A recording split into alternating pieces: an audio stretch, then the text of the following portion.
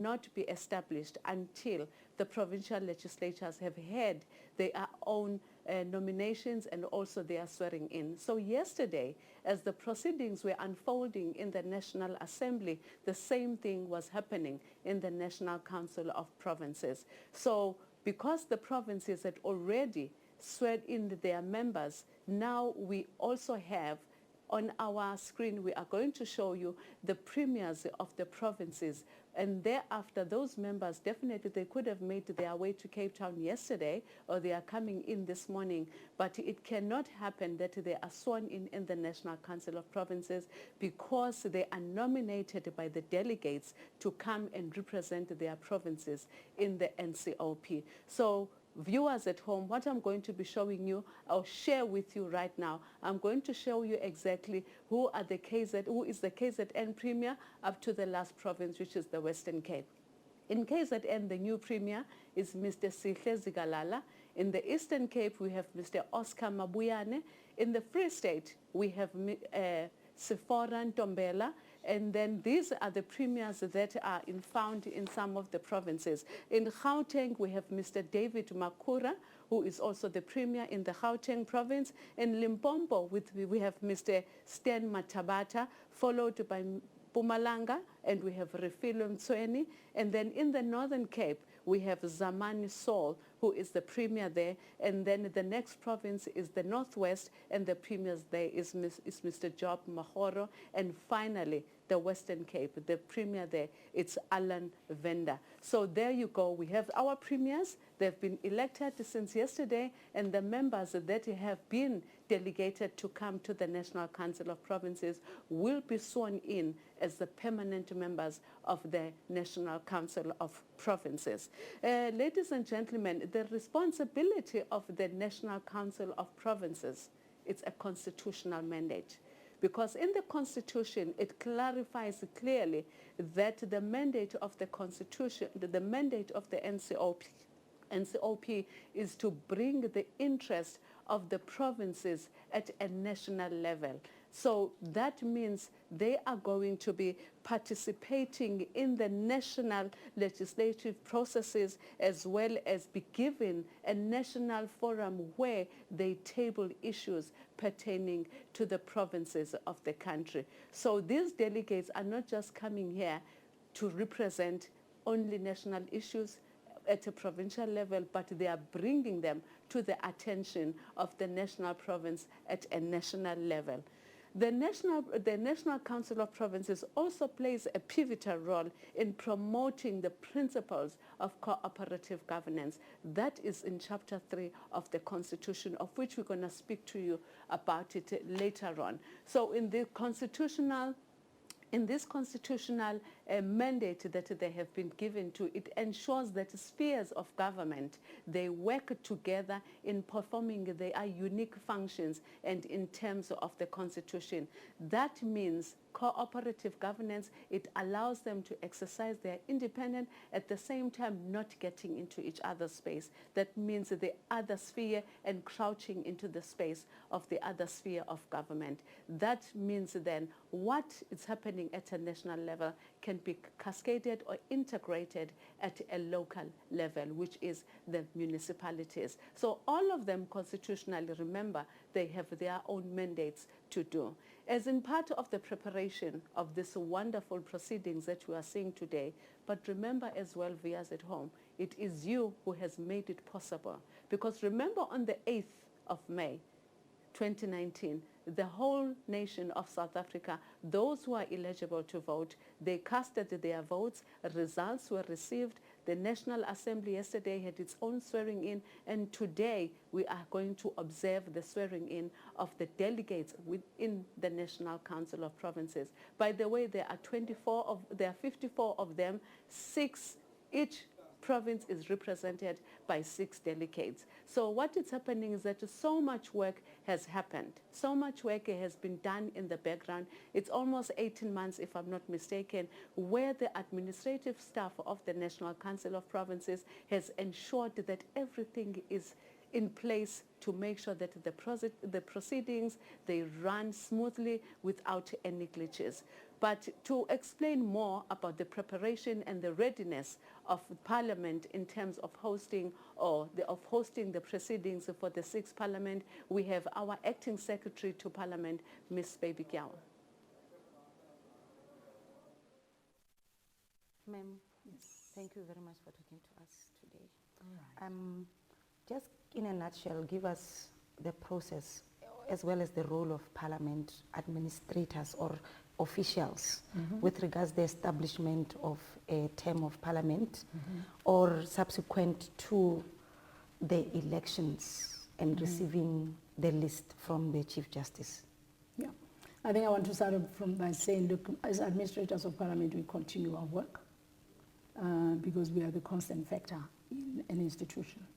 Unlike politicians, they've got 5 terms. We either have your full-term contract or you've got your 5-year contract, but your work continues. It continues in this way.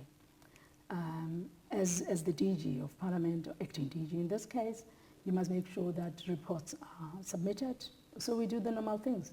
We must make sure that annual reports are written, submitted, and the auditor is here. Like now we are during the period of auditing, so that goes on. We must make sure that the financial statements are submitted, reports every month, like the Act says. So that administration work continues.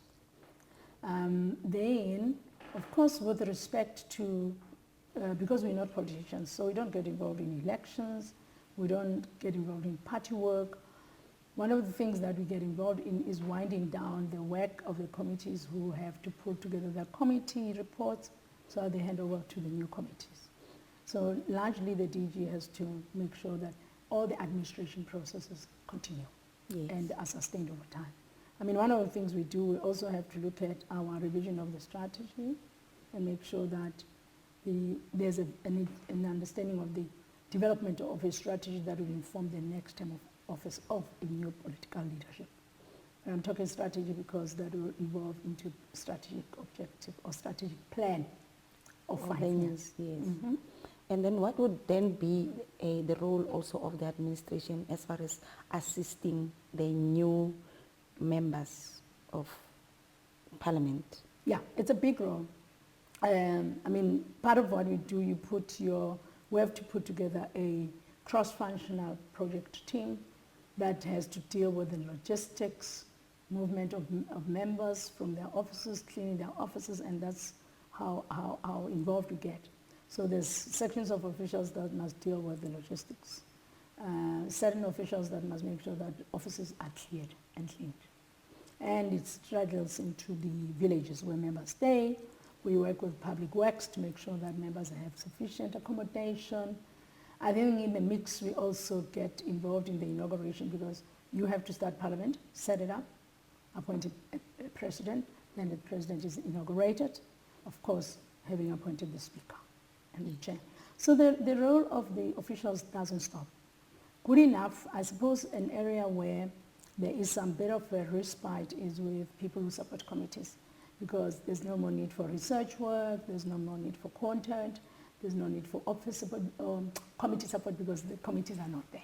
So some people take leave a while, but some people catch up with the reports. So you will see that not all of us go out and rest.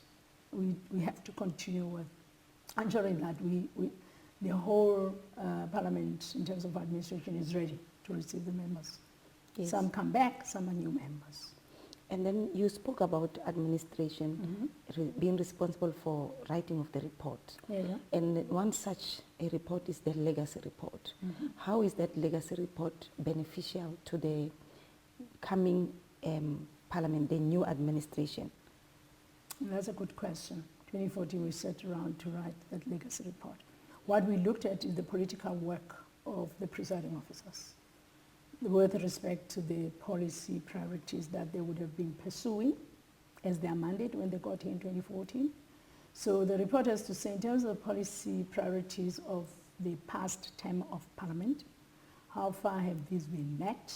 And that would talk to your oversight, lawmaking, as well as holding the cabinet of ministers responsible and accountable and international relations. So there's a whole range of policy priorities that the Fifth Parliament would have introduced, which then informs the strategic plan for us to derive strategic objectives and obviously have our annual performance plans. So the legacy report will have the political report, which is an arm driven by members, public representatives, members of parliament. And we'll also have our administration report to say, have we established strong human resources? What ICT systems and structures do we have? Are they good? Have we analyzed them? Anything that relates to research. So we deal really with whether we met our strategic objectives. And this year, from 2014, there were these priorities politically brought by members of parliament, led by the presiding officers, which were converted into the strategic plan and which had strategic objectives. So the legacy report will say how much have we met those strategic objectives ourselves and the targets we set for ourselves. So it's a combination of the political report in terms of the activities of the houses, including how many laws were passed, the work of the National Council of Provinces, the work of National Assembly, its committees, like the portfolio committees, the work of the select committees as in NCOP. Then, of course, you'll bring in the administration component, and that will be the extent to which we retained skills, the extent to which we have created a conducive environment for workers to work in Parliament. So that's a combination. And then, what the legacy report will do, it will flag incomplete programs that should be carried over into the next term by the new presiding officer's leadership. Today, the National Council of Provinces will have its first sitting where the chairperson and the deputy chairperson will be elected from the new delegates. Dumelang Bakayechu, li inalami kitembingosi lo Longoma, and you are watching Parliament TV. You can also join these proceedings by following on our social media accounts at Parliament of RSA on Twitter, Instagram and Facebook. And you can also join in the conversation by using our hashtags, hashtag Parliament First Sittings, hashtag 6th Parliament and hashtag NCOP. But before we go to the sitting, I will be speaking to the Premier, to the newly elected Premier of the Northwest, Mr. Job Mokgoro. Good morning, sir, and how are you feeling today? Fine, thanks. How about you? I'm feeling good, thank you very much. Can you just please share with us, how are you feeling as we are about to commence with the 6th Parliament?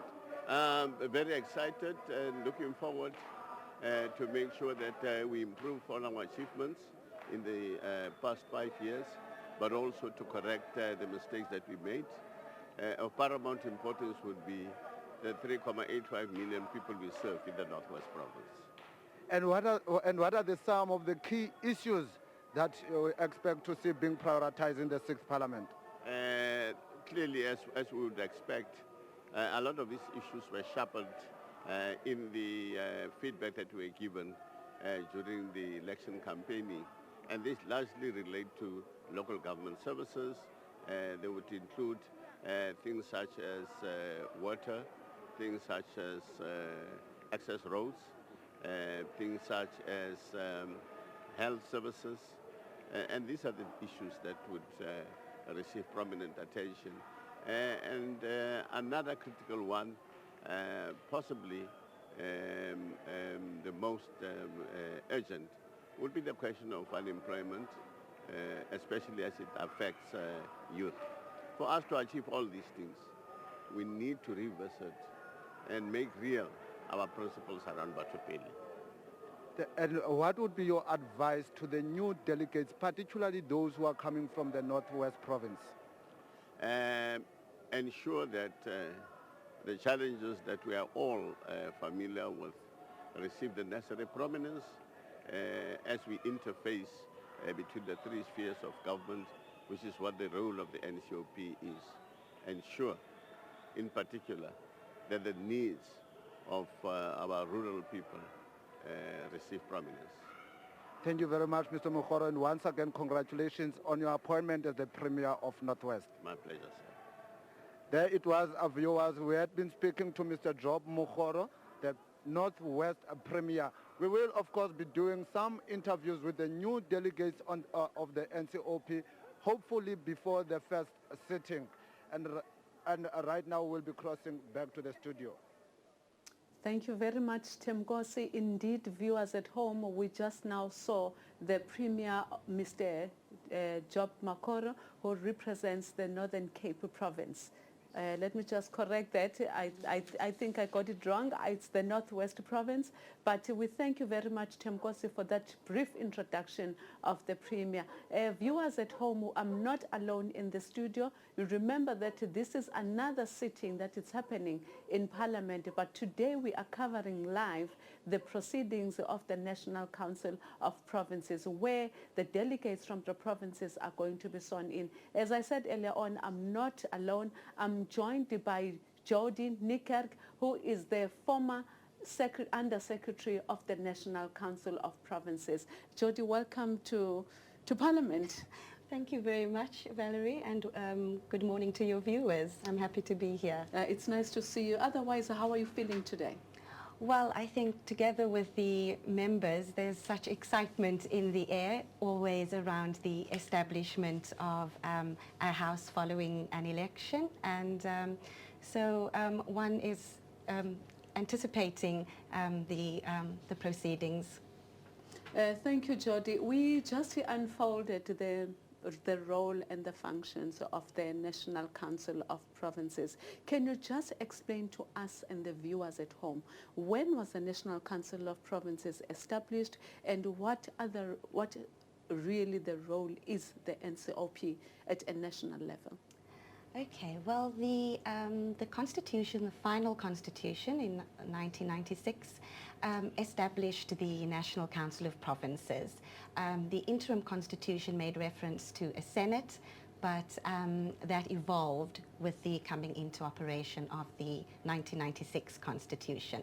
And so the National Council of Provinces had its first sitting in February 1997. So that's basically where it finds its constitutional mandate. It is, as you correctly said, a house that represents provinces. It does that primarily through the national legislative process. It's also a forum for the consideration of issues affecting provinces. Also, the National Council of Provinces has an oversight role because in terms of the Constitution, Cabinet is accountable to Parliament, and Parliament is both the National Assembly and the National Council of Provinces. Let's pause it there, Jody. Thank you very much for that brief explanation. Viewers, we have Themkosi outside, who's with another guest, one of the members that's going to be sworn in. Over to you, Themkosi. We are live in front of the National Council of Provinces, and with me is Ms. Kathy Labuschagne, Member of Parliament for from the Western Cape Provincial Legislature. Good morning, ma'am, and how are you feeling? Good morning. I am feeling very privileged to be back in the NCOP because I think it is an honor, and I'm looking forward to the work that needs to be done so that we can build this country, and specifically on the legislative processes that is very important for the NCOP. And what are some of the key issues that you'd like to see prioritized, particularly relating to the Western Cape Province during the 6th Parliament? Well, at this moment, one of the most important issues in the Western Cape is, not only in the Western Cape, in the country, is jobs, but for us to be able to grow the economy and to ensure jobs, crime needs to be curbed. And one of the most important key issues for the Western Cape is to fight for a police force where the provincial parliament or the provincial legislatures have a mandate on policing and not only being an oversight role over the police. So that is the key issue that we would like to push forward as one of the issues of the province in the NCOP. And as a returning delegate, what advice do you have for the NCOP new delegates?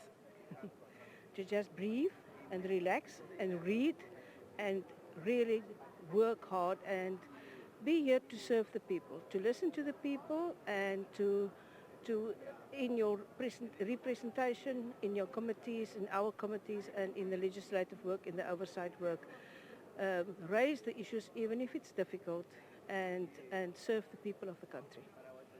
Well, thank you very much, Ms. Labuschagne, and we wish you all the best during the 6th Parliament. Thank you very much. Well, there it was, Ms. Kathy Labuschagne, one of the returning MPs from the provincial legislature, and we now cross back to the studio. Tim Gossi, thank you very much. Viewers at home, we were interjected by that interview on the steps. Jody, you were covering the point on accountability and also of the cooperative governance. Can we just go back to those points, please? Thank you, Valerie. Yes, certainly in terms of a mechanism, for example, the NCOP delegates put questions to the national ministers. They are scheduled question sessions to the Deputy President and to the President. So that's one of the mechanisms whereby that oversight responsibility is exercised. In terms of the cooperative government and intergovernmental relations, the NCOP has a unique role in terms of Section 139 of the Constitution and Section 100 of the Constitution. And those relate to instances where one sphere of government intervenes in another. So for particular reasons, the Constitution is very clear that the spheres are independent, but they are interrelated. But there are occasions where one sphere may have to step in, and the NCOP in that instance has to play sort of a refereeing role. It decides if the intervention meets the requirements of the Constitution before approving the intervention or disapproving it. Thank you. Jody just spoke of intervention and also promoting a government of national unity. And unity, if it's not guarded, things can fall into cracks very quickly. And also working relations, it can actually disturb a lot of good things that could happen. What mechanisms are in place in the National Council of Provinces to ensure that this unity and good working relationships continue from a national level, provincial and local level? Well, I suppose the very composition of the National Council of Provinces, because it brings together in one forum these three spheres. So, for example, if there is an occasion for a subject for discussion, there would be a national minister present, the provincial members or even the ministers from the provinces, and then because local government is represented via the delegation from the South African Local Government Association, in other words via the SALGA delegation, they are not members of the NCOP, but they are allocated seats within the NCOP chamber, a contingent of 10 members from SALGA, and they can also participate in the select committees of the National Council of Provinces. So there is always that bringing together of the three spheres of government. Thank you, Jody. For the interest of the viewer at home and the other people who are on our social media and YouTube, when we speak of SALGA, what does SALGA stand for? And also, who are these people that constitute SALGA? Well, the South African Local Government Association, as you know, our country is divided into various municipalities, and this is the overarching body. There are over, I think, almost 200 and odd different municipalities. So in order to coordinate the business of what is happening at that sphere, there is an organization called SALGA, and as I said, it's known as organized local government. So that's the form that brings them all together. Okay, all right. Jody, another interesting point regarding SALGA, while we are speaking about people that actually come and represent the provincial legislatures in the NCOP, I read something like we've got the delegates, the 6 delegates coming from each province, and then now you just mentioned the SALGA. And then we also have a group that is referred to as special. Who are these special people that you refer to? Okay, let me just take you back to the 9 provinces. Irrespective of their size, they are each entitled to 10 delegates to the National Council of Provinces. And of that 10 delegates, 6 are permanent delegates. In other words, those are the ones that are going to be sworn in today. And the 4 are the special delegates. Those delegates remain members of the individual provincial legislatures, and they would from time to time join in the proceedings of the National Council of Provinces where matters affecting provinces are prominent. And that would be, again, our legislative process. As you know, bills are classified according to the various sections in the Constitution. So you have your Section 75 bills, Section 76, Section 77. Now the Section 75 bills are classified in that way because that would normally not be provincial interest bills. In other words, the content of that bill would not speak to concurrent areas that are shared by both provinces and national. But where the NCOP really comes into play is around the Section 76 bills, because those ones require provincial mandates, and that is where you would find during debates the special delegates would come and despite the permanent delegates being able to raise provincial issues, special delegates would add to that and bring the very specifics from each province.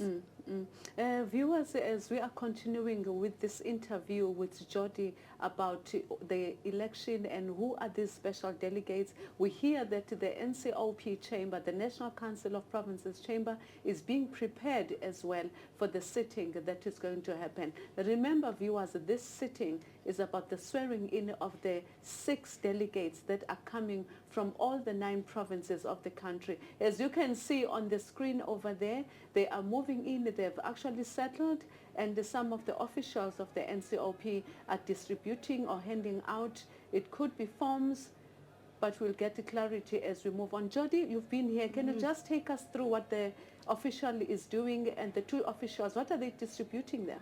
Well, it would be possibly the order paper. That's sort of the agenda of the day. Because this is a proceeding that would involve elections, there would also be nomination forms that would be distributed, because the Chief Justice will call for nominations for various positions later on. So these are really the sort of background documents, if I could put it that way, that would be needed. Also, the members, after they take their oath or make an affirmation, they will sign a certificate, and there's usually 2 copies, and that's also what is probably being distributed to make sure that their names are correct on their certificate, and that they are familiar with the wording, because that is what they will take forward when they go to the front of the chamber to do either their oath or their affirmation. Okay. Jody, I notice also they are sitting there. Who are those people wearing the gowns? Can you just give us a info there? Sure, and no who are they? problem. That is the secretary, the gentleman on screen with the black robe is the secretary to the National Council of Provinces, Advocate M.E. Pindela. And the other colleagues in their black robe attire are known as procedural officers or procedural advisors. They will assist during the election, if it should go to more than one nomination being received, and they would be referred to as your returning officers and your assistant returning officers. But that would be later in the proceedings if it needs to come to that. Okay. The other assistants are the sort of the chamber staff themselves, who would be there to make sure that members have whatever is required during the sitting, so they themselves do not have to get up and move around too much. So they're just assisting. Thank you, Jody. In terms of the sitting arrangement, can you just explain to the viewers and us here in the studio how the sitting arrangement are allocated? Do they sit according to their party affiliation, or how do they sit? Well, again, the National Council of Provinces is at the heart, so the delegates sit according to their provinces. As you can see, the house is sort of in a horseshoe, if I could put it that way. It is arranged in alphabetical order per province. So if I could, looking at the screen from the left-hand side, the far left, that would be the Eastern Cape Legislature. It would, the Eastern Cape Province. It would snake into the Free State, then Gauteng, KwaZulu-Natal, Limpopo, Mpumalanga, the Northern Cape, the Northwest, and right at the far end on the right-hand side would be the Western Cape. So the front seats would usually be occupied by the head of the delegation. So in this instance, premiers that are present, because in terms of the constitution, the premiers are the heads of the delegation. They would occupy the seats in the front, and the delegates from their province would then sit behind them. Because of the layout, as I say, it might have to snake, because it wouldn't be possible to put all the seats in a straight line. And then there's on the very far, sort of you can see there's an empty seat in front of the curtain on the left-hand side. Yes. Those seats are usually then reserved for the presiding officers if they need to take a relief from the chair. When they're not in the chair, they will be seated there, and there's another seat adjacent to that, which would be for the chief whip of the council. Thank you, Jody. While we're speaking about the delegates that are in the chamber, can you take us through how are they appointed, and what kind of formula is used to bring to the NCOP these delegates?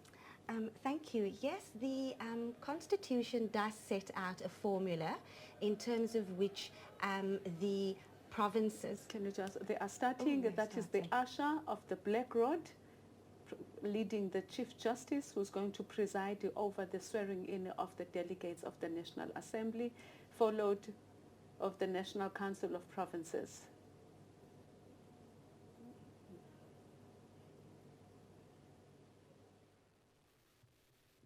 We're going to sing the national anthem.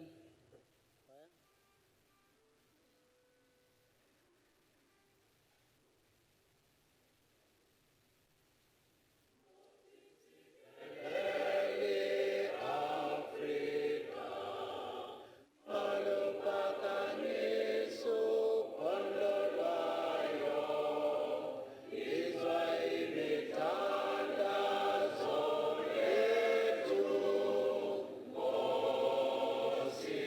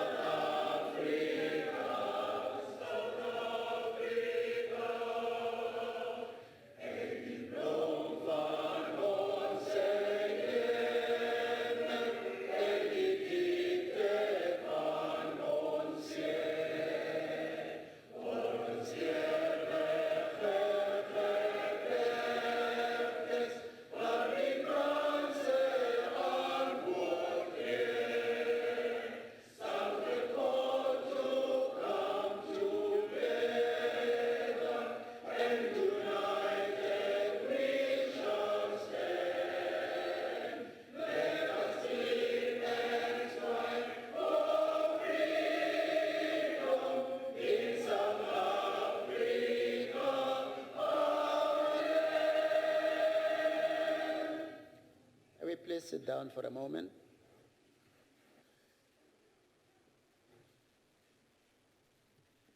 The next item on the order of proceedings is what is termed silent prayer and meditation.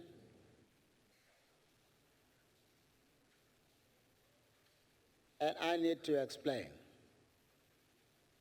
The last part of the preamble to our Constitution reads, "May God protect our people, Nkosi sikelele i-Afrika, Morena boloka setjhaba sa heso, God save Africa, God bless South Africa, Modimo futitetsa Afrika, Hosi katetisa Africa."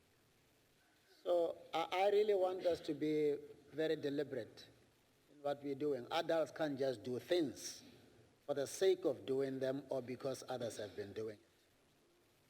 It's not an attention-seeking exercise. I don't need any attention. All I'm saying is that country is in trouble. The continent of Africa is in trouble. For those who have to meditate on the challenges that confront South Africa and Africa. Meditate about the critical role that this House, the other House, and the executive at a provincial and national level have to play, and what solutions we need to unite our people, to heal this nation, to forge ahead and become that prosperous country that we have the possibilities of becoming. And for those who pray, likewise, let it be a focused prayer. Let's seize this opportunity collectively in this august house to pray meaningfully, rather than just stand up and before you know it, you sit down and you are just beginning to do that which you are called upon to do. So what you may choose to stand, you may choose to sit, whatever position you are comfortable with, you may choose to kneel. For 3 minutes, let's commit our nation and our people, our future, our shared future, to our thoughts, to our hearts, and those who have a God to pray to your God for speedy and decisive intervention. The 3 minutes begin now.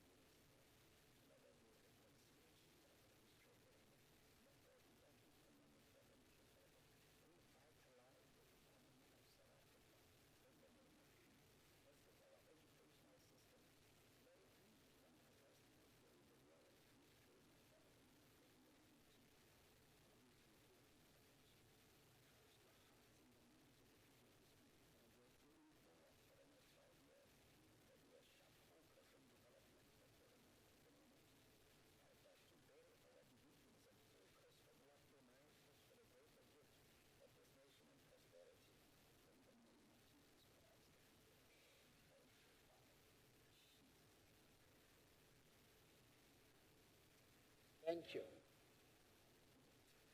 Thank you.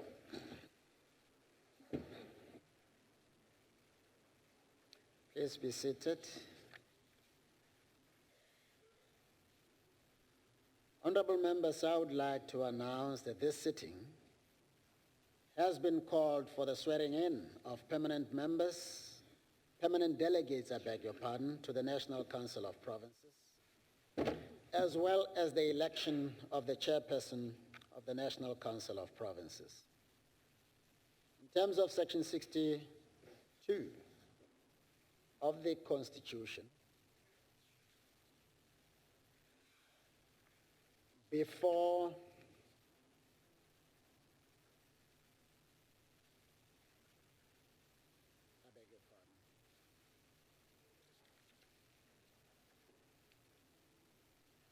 Before permanent delegates begin to perform their functions in the National Council of Provinces, they must swear or affirm faithfulness to the Republic and obedience to the Constitution. It's important to underscore that point. Obedience to the Constitution, nothing else, because it is the supreme law of the Republic, in accordance with Schedule 2 to the Constitution. A delegate is entitled to make and subscribe the oath or solemn affirmation in the official language of his or her choice. And it has been arranged that delegates will take the oath or make solemn affirmation per province. When the names of delegates are called out, would they please step forward in front of the table where they will be asked to read out either the oath or affirmation in the language of their choice. The document out of which the oath or affirmation must be read out is at your desk. I've been reliably informed. When you step forward, please bring it with.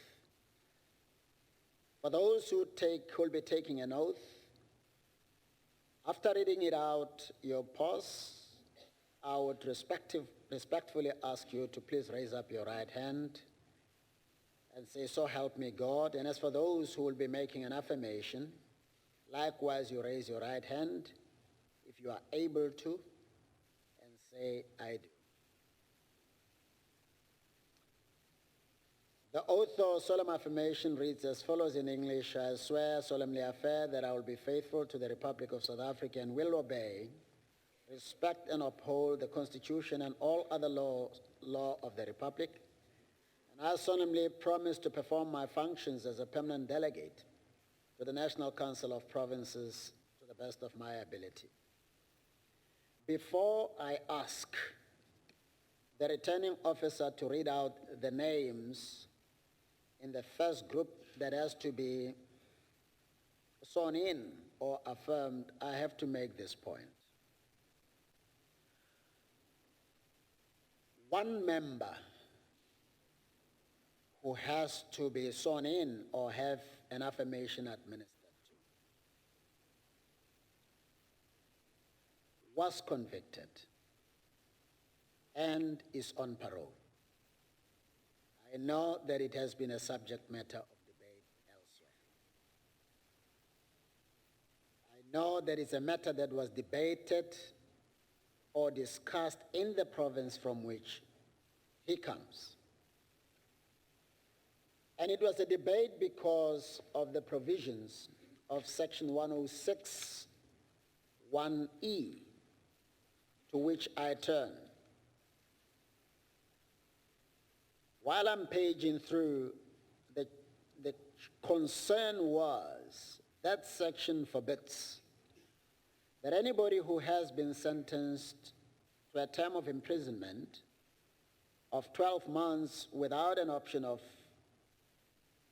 a fine, and 5 years has not yet expired since the sentence was served, that member is disqualified from becoming a member of either the National Assembly, the provincial legislature, and by extension, the National Council of Provinces. But this is how the section reads. Section 1061E. Every citizen who is qualified to vote for the National Assembly is eligible to be a member of a provincial legislature, except anyone who, after this section took effect, is convicted of an offense and sentenced to more than 12 months imprisonment without the option of a fine, either in the Republic or outside the Republic, if the conduct constituting the offense would have been an offense in the Republic, but no one may be regarded as having been sentenced until an appeal against the conviction or sentence has been determined, or until the time for an appeal has expired. A disqualification under this paragraph ends 5 years after the sentence has been completed.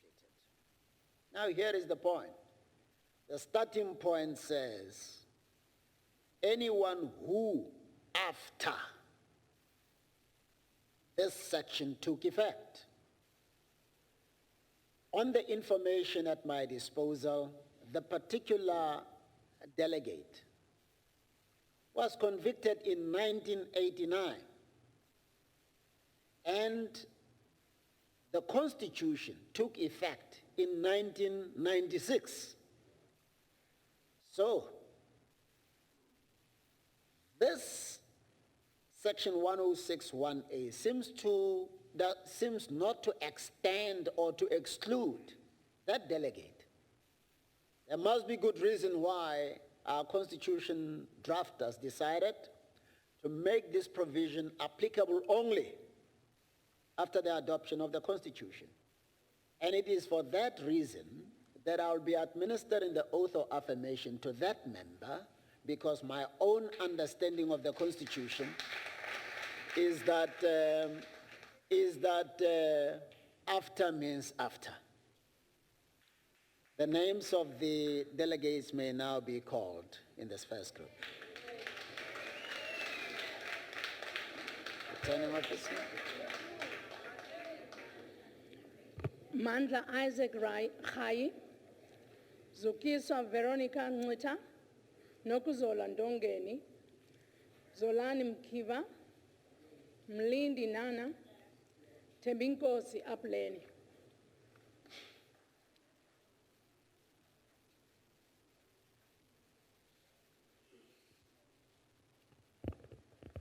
May we begin by reading. We say, I. Mna njengomlindi nana ndiyabhambathisa ngokunyanisekileyo okokuba ndiyakunyanisa uRiphabhlikhi yaseMzantsi Afrika kwaye ndiyakuthobela ndiwuhlonele kwaye ndiwuxhase nayo yonke eminye imithetho kwaye ndithembisa ngokunyanisekileyo okokuba ndiyakwenza imisebenzi yam njengomthunywa osisigxina kwibhunga lesizwe lamaphondo kangangoko ndinako.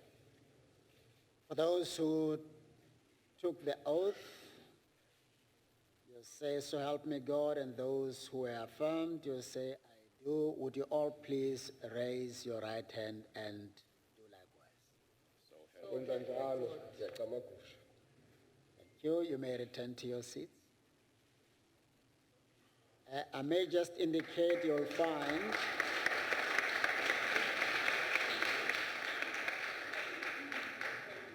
you will find two certificates of affirmation or oath on your desk. You'll sign them and leave them there to be collected later so that I can countersign. The next group, please. Returning officer. Seiso Joel Mohai, Moji Lydia Mushodi, Itumeleng Ntsube, George Michalakis, Moletsane Simon Moletsane, Aman Benjamin Lute.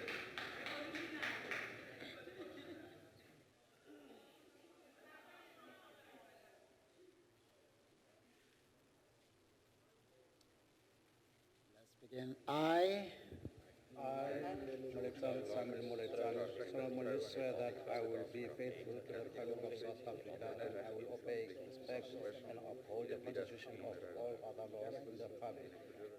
And as permanent delegate of the National Council of Provinces.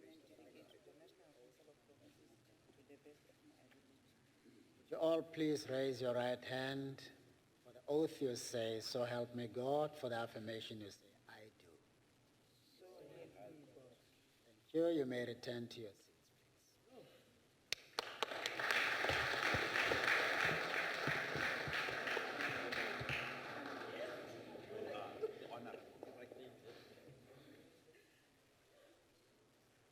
Next group of members. Amos Masondo, Winnie Ngwenya, Mbulalo Richard Barra, Dennis Richard Ryder, Kenny Mutsamai.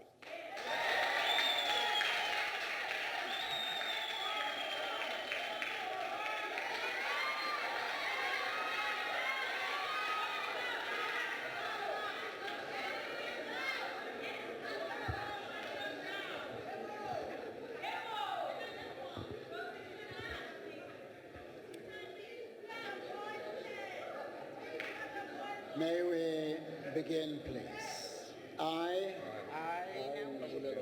Ryder, solemnly swear that I will be faithful to the Republic of South Africa, obey, respect, and uphold the Constitution and all other laws of the Republic, and I solemnly promise to perform my functions as permanent delegate to the National Council of Provinces to the best of my ability. just raise your right hand. Oh, had you finished, ma'am? Please finish. Obekwe esikhundleni ngokuphelele emkhandlwini wezwelonke wezifunda sisayinwe eKapa ngosuku langweshumi amabili nesithathu ngoMeyi 2019. You all please raise your right hand and say, so help me God. If you took an oath, I do. If you took an affirmation. So help me God. Please return to your seats.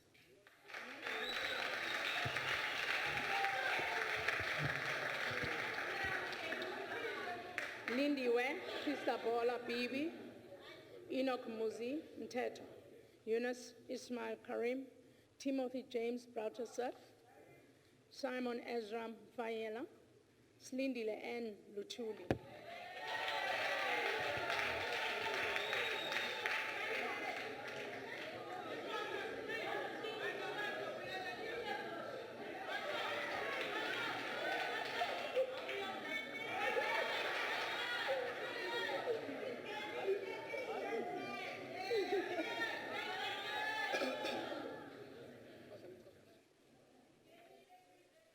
Let us start, please. I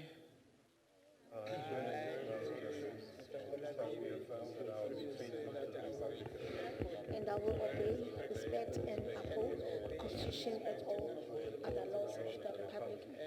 I solemnly promise to perform my functions as permanent delegate to the National Council of Provinces to the best of my ability. Signing. please raise your right hand, and for the oath you say, so help me God. An affirmation, I do. So help me God. You please return to your seats.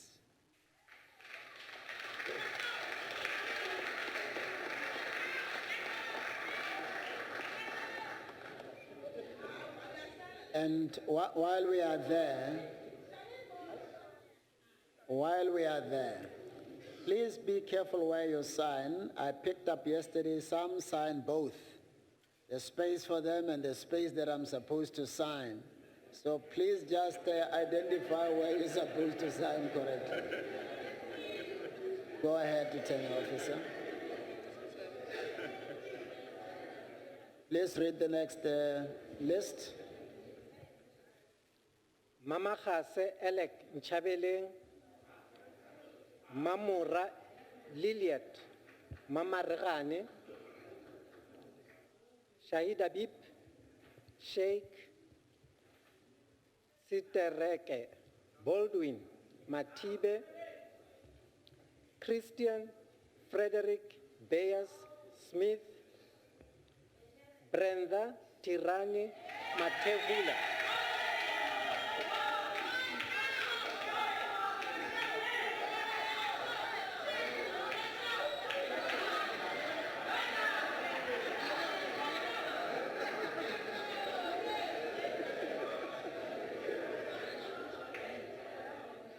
Let's begin to read out the oath of affirmation. I, Christian Frederik Beyer-Smith, solemnly swear that I will be faithful to the Republic of South Africa and will obey, respect and uphold the Constitution and all other laws of the Republic, and I solemnly promise to perform my functions as permanent delegate to the National Council of Provinces to the best of my ability.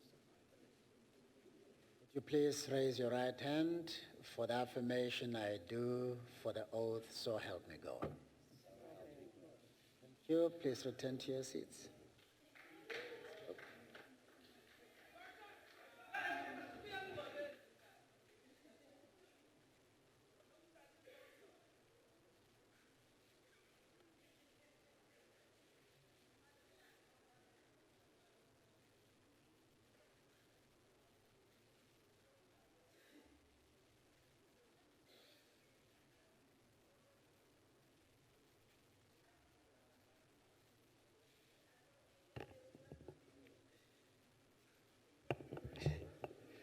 Dikeledi Gladys Mahlangu, Audrey Dimakatso Maleka, Archibald Jomo Nyambi, Martha Pindile Mola,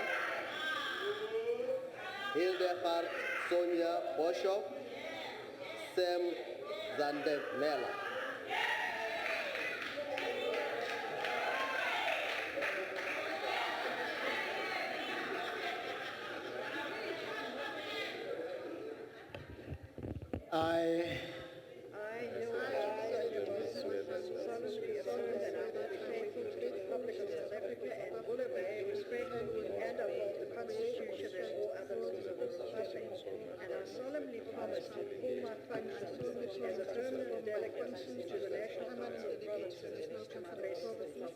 To the best of my ability. Please raise your right hand. So help me God for an oath I do for the affirmation. I do. So help me God. Thank you. You may return to your seats.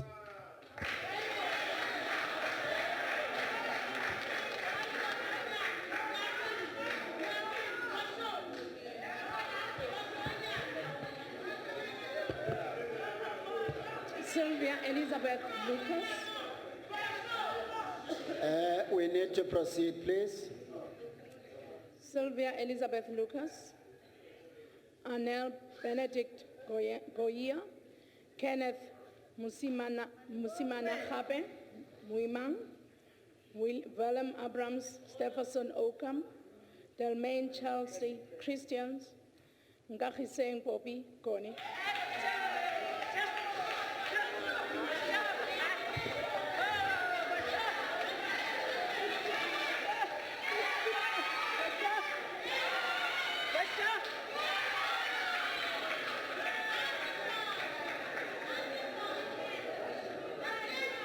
Let us begin. I, solemnly swear that I will be faithful to the Republic of South Africa and will obey, respect, and uphold the Constitution and all other laws of the Republic. And I solemnly promise to perform my functions as a permanent delegate to the National Council of Provinces to the best of my ability. National Council of Provinces to the best of my ability. you all please raise your right hand. I do for the affirmation, and so help me God for the oath. Would you do say? Thank you. You may return to your seats.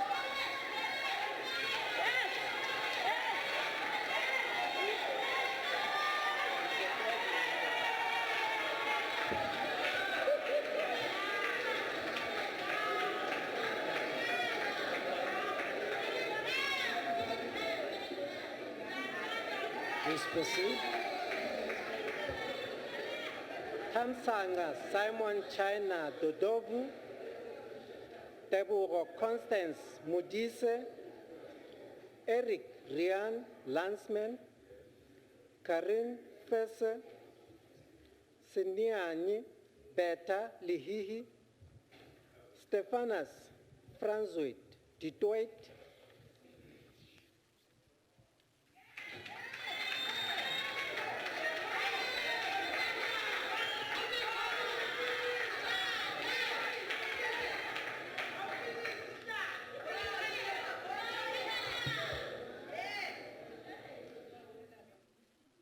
I, Ex-Stefanus van Swijs de verklaar plechtig de Republiek van Zuid-Afrika solemnly swear that I will be faithful to the anerkend Republic of South politiek zal Africa gehoorzamen, eerbiedig en and I will onverbied. obey, Ik beloof respect, plechtig and mijn uphold the functies vast Constitution en gepaard in de and nationale all other law of the provincies, Republic. naar die beesten van And I Duitsland solemnly en promise to perform my functions as a permanent delegate to the National Council of Provinces to the best of my ability. Signed in Cape Town on the 23rd of May, 2019. would you all please raise your right hand for the oath, so help me God, for the affirmation I do. So help me God. You may return to your seat.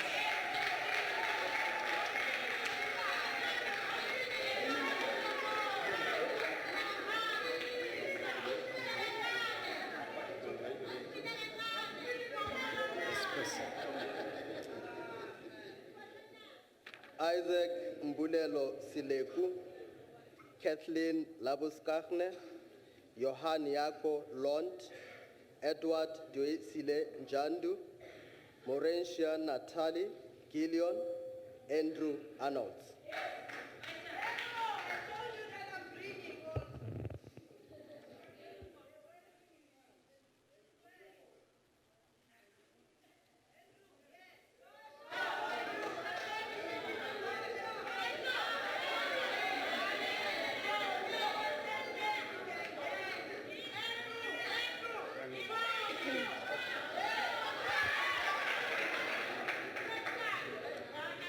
May we begin, please? I, Johan Jacolon, solemnly swear that I will be faithful to the Republic of South Africa and I will obey, respect and uphold the Constitution and all other laws of the Republic. And I solemnly promise to perform my functions as a permanent delegate to the National Council of Provinces to the best of my ability. may we please raise our right hands. Those who took an oath, you say, so help me God, and those who took an affirmation, you say, I do. So help me God. Thank you. Please return to your seats.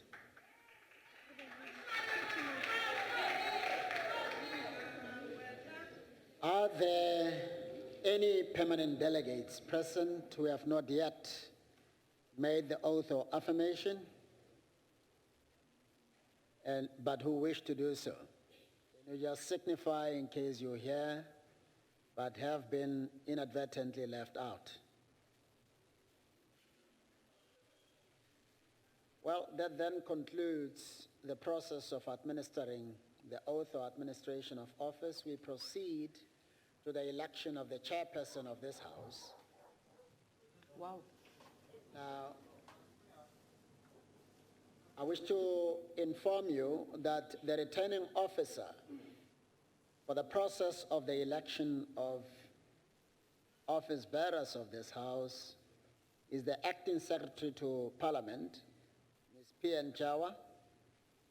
I also wish to announce that in terms of Rule 2 of the rules for the election of the chairperson and the deputy chairpersons, Advocate M.E. Pindela, Advocate B.N. Nonyani, Ms. V.H. Mnana, Ms. S. Boas, Ms. S. Ali, Mr. M. Skolo, Mr. M. Bebe, and Mr. L. Mkalewa have been appointed by the returning officer as assistant returning officers. I've already administered the oath and the affirmation to the returning officer and assistant returning officers as required by the rules. Before calling for nominations, I wish to remind delegates that in terms of the Constitution and the rules, each nomination must be submitted on the prescribed form Duly seconded.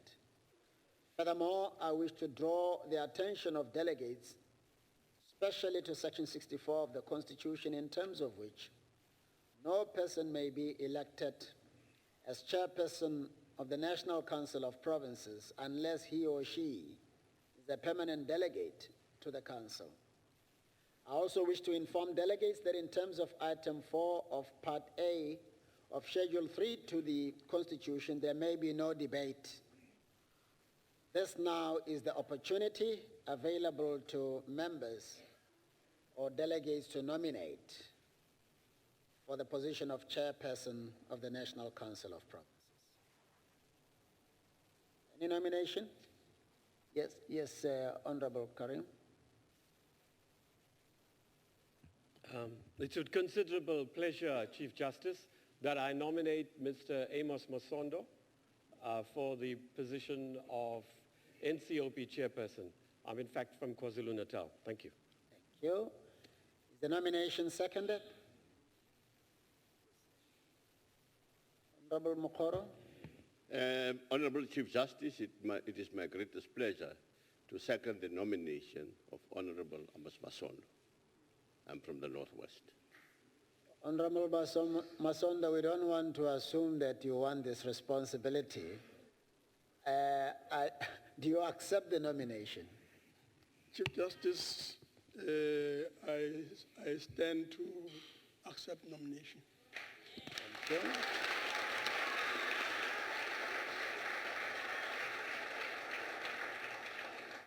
Please present the nomination form to the returning officer.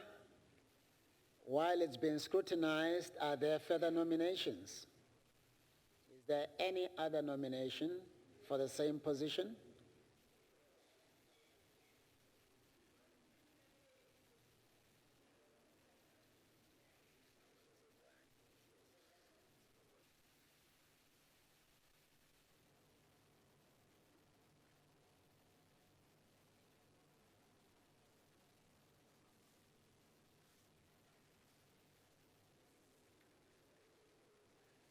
While we are waiting for a moment, I just want to confirm that the nomination is in order.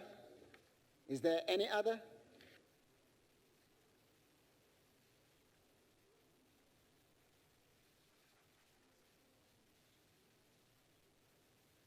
Well,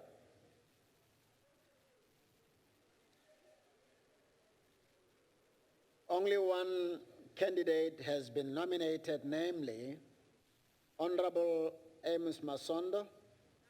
As I indicated, the nomination is in order, and in terms of Item 5 of Part A of Schedule 3 to the Constitution, I accordingly declare the Honorable Amos Masondo duly elected Chairperson of the National Council of Provinces.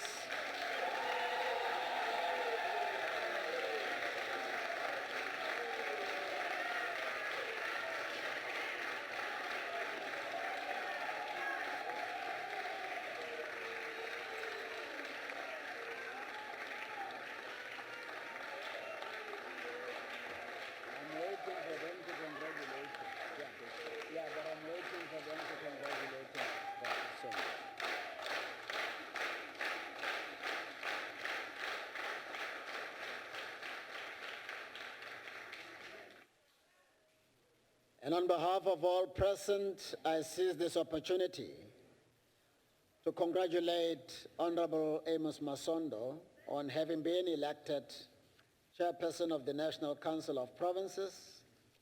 And I invite you, Chairperson, to please come and occupy your rightful place.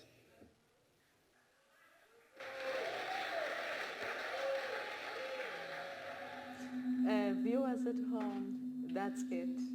Now the National Council of Provinces has the chairperson in the name of Mr. Amos Masondo, who is the new chairperson of the National Council of Provinces in the 6th Parliament. We welcome you back in the proceedings that have just unfolded in the National Council of Provinces. You can just see there on the screen how jubilant and excited the delegates of the NCOP are. So now Mr. Masondo is getting ready to deliver his speech as the first chairperson of the National Council of Provinces. I think it would be okay just to give him an opportunity to present, and we also get to listen to him.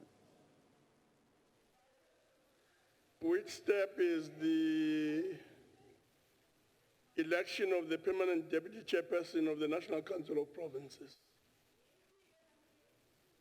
And I wish to announce that the returning officer is the Acting Secretary to Parliament, Ms. P.N. Chawa.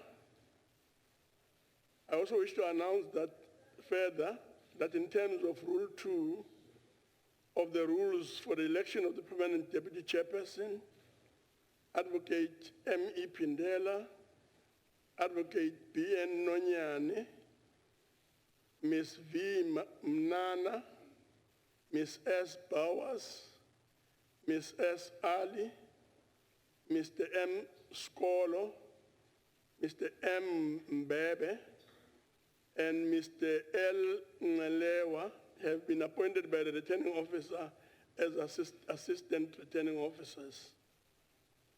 I wish to announce further that the oath or affirmation has already been administered to the returning officer and assistant returning officers as required by the rules.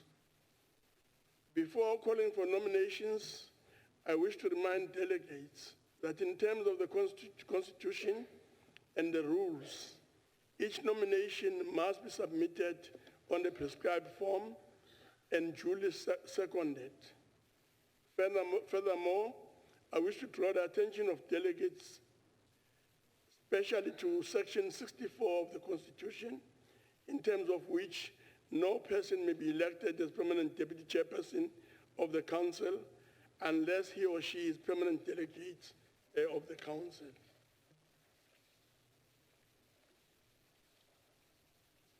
I also wish to inform delegates that in terms of item 4 of Part A of Schedule 3 to the Constitution, there may be no debate. There will now be an opportunity for nominations for the permanent deputy chairperson of the council. Now the opportunity is presenting itself to all members of the council to nominate.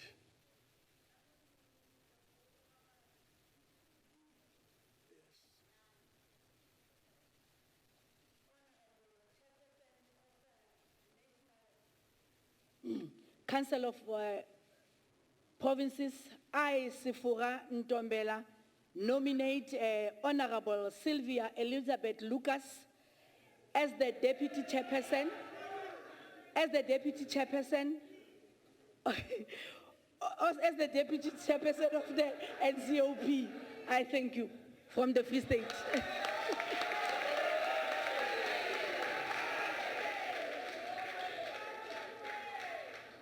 Ms.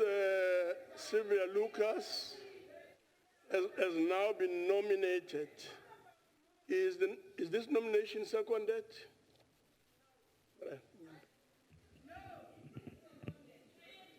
Thank you, Chairperson of the NCOP, Honorable Masondo. I, Archibald Chomonyambi, from the very beautiful province of Mpumalanga, rise to second Honorable Sylvia Elizabeth Lucas.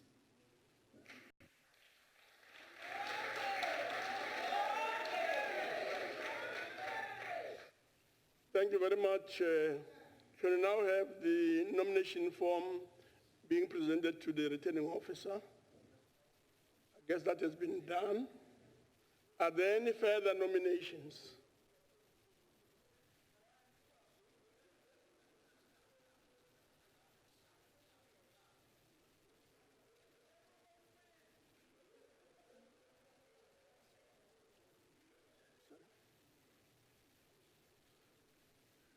That being the case, perhaps what we should do is to find out from Honorable Lucas whether she accepts the nomination.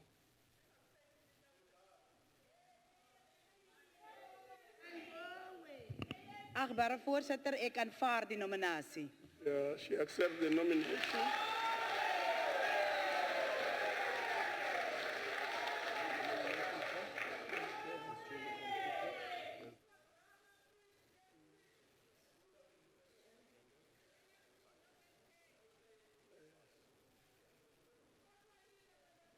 Yeah, I wish to indicate that the nomination form has been submitted, and I guess it meets all the requirements.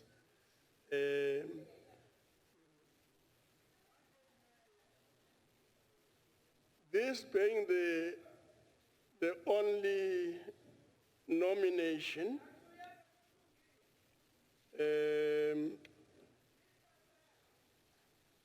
this being the only nomination, I guess what we should do is to move on and declare. I hope I'm not skipping any process. That Ms. Lucas is duly elected.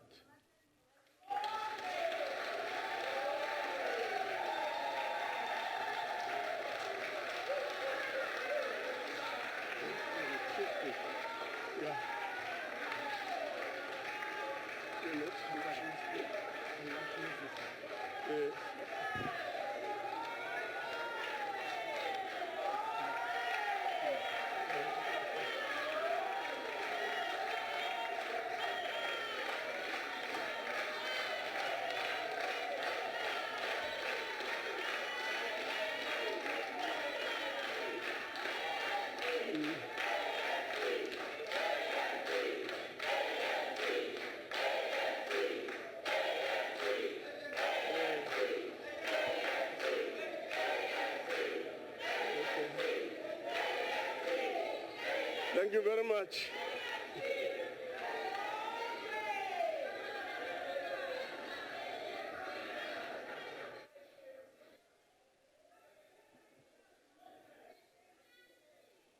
We now come to the election of the Chief Whip of Council. Before calling for nomination, I wish to remind delegates that in terms of the Constitution and the rules, each nomination must be submitted on the prescribed form and duly seconded. There will now be an opportunity for nominations for the Chief Whip of the Council.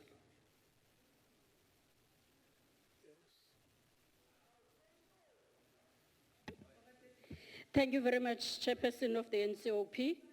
My name is Zugiswa Ncitha from the Eastern Cape. I have a pleasure to nominate Seiso Joel Muhai. Thank you. Joel Muhai has been nominated. Can we find out if there's a second?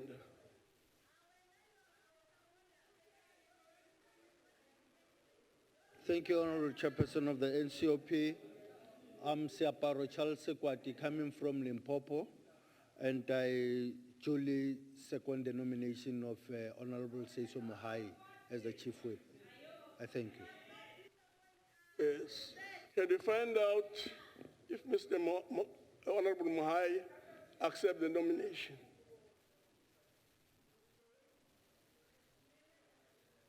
Chairperson, I do accept nomination.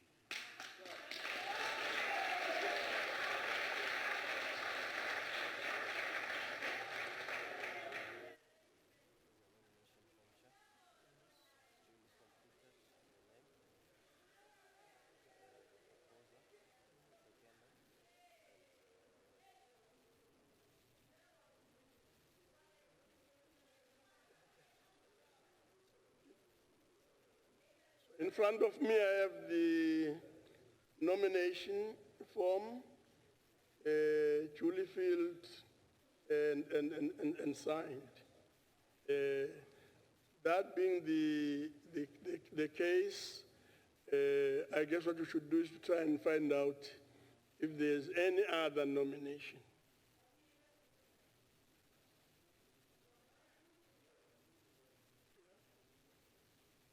No other nomination.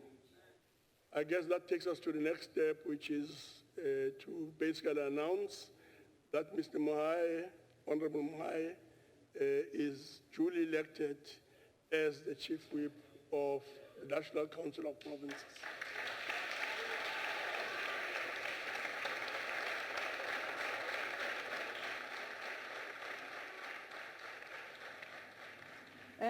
Ladies and gentlemen, viewers at home, we have just seen the nomination of the Chief Whip of the Council and Mr. Caesar Joel Mohai. The delegates are calling him a congratulatory, and everybody is in a jovial mood, excited. I guess this is what it's all about, Jody, at the end of the day. Yes, absolutely. I think the honourable delegates would feel that they have fulfilled their constitutional duties today in following the election procedure exactly as outlined by the Chief Justice and the Chairperson. Cross over to the Chair. On the elections, we'll start with the Eastern Cape.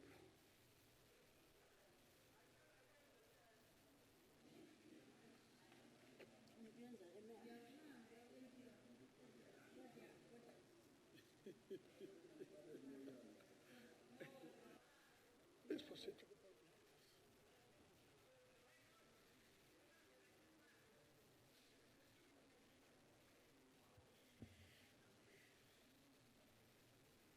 The Chairperson of the NCOP, Honorable Amos Masondo, Deputy Chairperson Malibongwe, Kamala Makoskas, Chief Justice Mutlotlehi Mogoeng, Chief Whip Ntate Mohai. The Eastern Cape Provincial Legislature extends hearty congratulations to the permanent delegates to the NCOP that have just been sworn in at this first sitting of the NCOP today. Post the swearing in, we have witnessed the elections and appointments that were made. The Eastern Cape, therefore, wishes to assure the citizenry of South Africa that the NCOP is ready to hit the ground running in turning the tide against the stubborn challenges of inequality, poverty, and unemployment by ensuring an effective sixth term of the Council. Honorable Chair, we are confident that the newly sworn-in permanent delegates and the appointed presiding officers are fit for the purpose to discharge their duties of ensuring an activist and people-centered NCOP that will enact meaningful public participation, rigorous oversight, and progressive lawmaking. Always remember and represent the provinces that have deployed you. I thank you.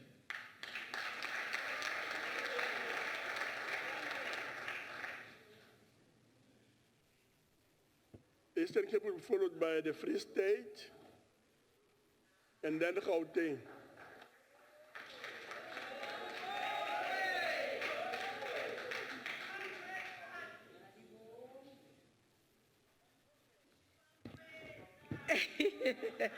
The Chairperson of NCOP, the Deputy Chairperson of the NCOP, Ali Bongwe, the Chief Whip, and Caesar Mohai from the Free State. I'm sure all of us, Chairperson, we have moved around all the provinces during elections, and we have heard what our people want. We have listened to them as they were telling us their needs. We have heard our people crying for better and faster service delivery.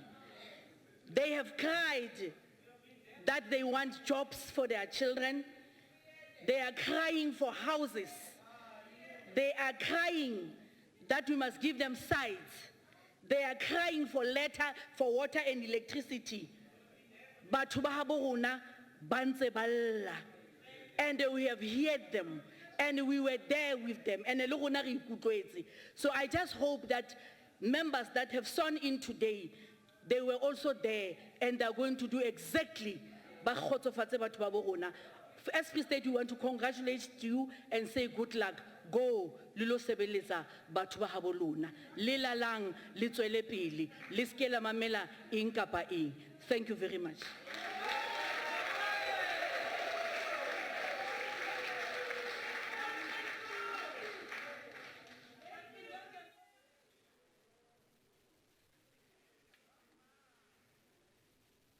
Honorable Chief Justice Mogoeng Mogoeng, the Chairperson of the National Council of Provinces, Honorable Amos Masondo, the Deputy Chairperson of the NCOP, Honorable Sylvia Lucas, the Chief Whip, Honorable Saiso Mohai. On behalf of Gauteng Province, we congratulate firstly all members, the delegates to the NCOP who were sworn in today. We congratulate you. We congratulate all those who were sworn in today to take this important role in this House. We would like to congratulate the Chairperson, the Deputy Chairperson, and the Chief Whip. The NCOP is a very, very important House, particularly for provinces. We from different provinces put our hopes on you. And I want to say on behalf of the delegation from Gauteng Province, one of the first things we would like the NCOP to look at is that Gauteng Province, in terms of population, the size of our legislature is not optimal. We have put this matter before the 5th NCOP, and that matter was not concluded. We have the largest population in the country. The maximum size of our legislature is supposed to be 80. The 5th legislature did not complete this matter. And on behalf of the people of our province, we want to say it should be the first, amongst the first priorities of the 6th NCOP. Thank you very much.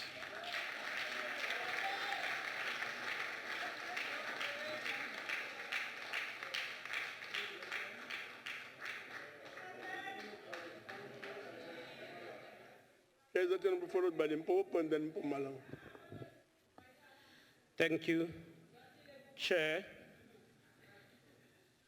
Chief Justice Mogoeng Mogoeng, the Chairperson of the NCOP, Honorable Masondo, the Deputy Chairperson, and the Chief Whip. On behalf of the delegation from KwaZulu-Natal, we wish to extend our congratulations to the Chairperson, the Deputy Chairperson, as well as the Chief Whip, as they have been elected in this sitting. We believe that this is a very important house, the NCOP. We believe that we should continue to work together as provinces to raise issues that affect our respective provinces. Without dwelling on these issues, we'll also want to remind this House that it derived its existence from the will of the people as they expressed themselves on the 8th of May in the elections. While coming from different political parties, we should accept and work together and represent the South Africans genuinely and pursue their interest. We wish the NCOP leadership well. I thank you.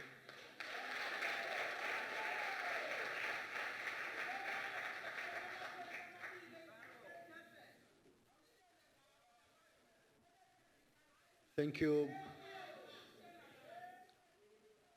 Chief Justice Mogoeng, If we can just have a bit of order, colleagues. We plead for order. Please proceed. the Chairperson of the National Council of Provinces, the Permanent Deputy Chairperson, the Chief Whip of the NCOP, and the permanent delegates who have just been confirmed this morning. I would like to as well, representing the Limpopo province, take this opportunity and express word of gratitude for our participation in this August House. We also come here understanding that the NCOP carries enormous task and responsibility to ensure that the aspirations and the interests of provinces are actually carried over, and to ensure that at all times the anxieties and those that are in the provinces are looking at those who are representing them in this NCOP to ensure that at all times the issues that are emanating from the provinces, the pressures that are emanating from the provinces should be represented by those that have been sent here. And would like to therefore take this opportunity to congratulate all those who have been confirmed, including the leadership of the NCOP. And with those words, we are saying that we are very much grateful and we are looking forward to working closely together with the NCOP. I thank you.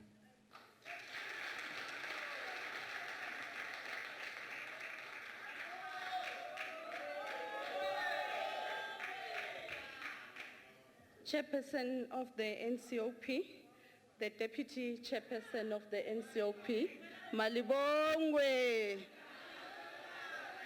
the Chief Whip of the NCOP, Chief Justice Mogoeng, honorable members of the NCOP, Lochan, Sanbonan.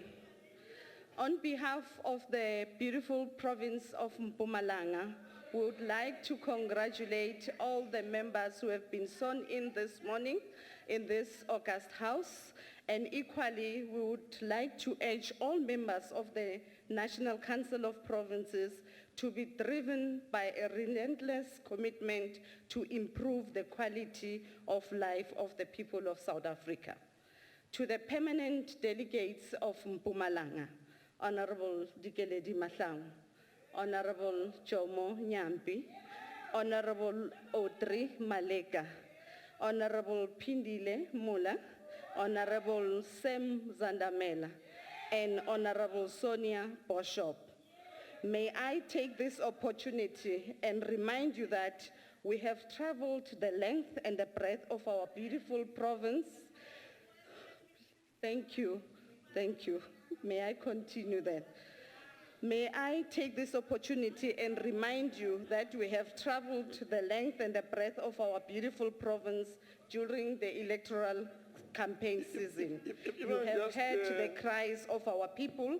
We urge you to execute your responsibilities without fear or favor. If you must be partisan, please be partisan to the interest of the people of Mpumalanga and the people of the Republic of South Africa. Our people have tasked you with the great responsibility to ensure that you adopt laws and move the country and its people towards the path of sustainable development. Therefore, do not make light of the task you have been assigned. On behalf of the people of Mpumalanga, I wish you everything of the best in the execution of your duties. I thank you.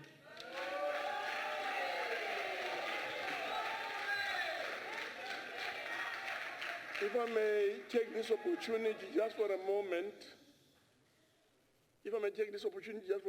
to request members in the gallery, there, to please refrain from participating in the proceedings.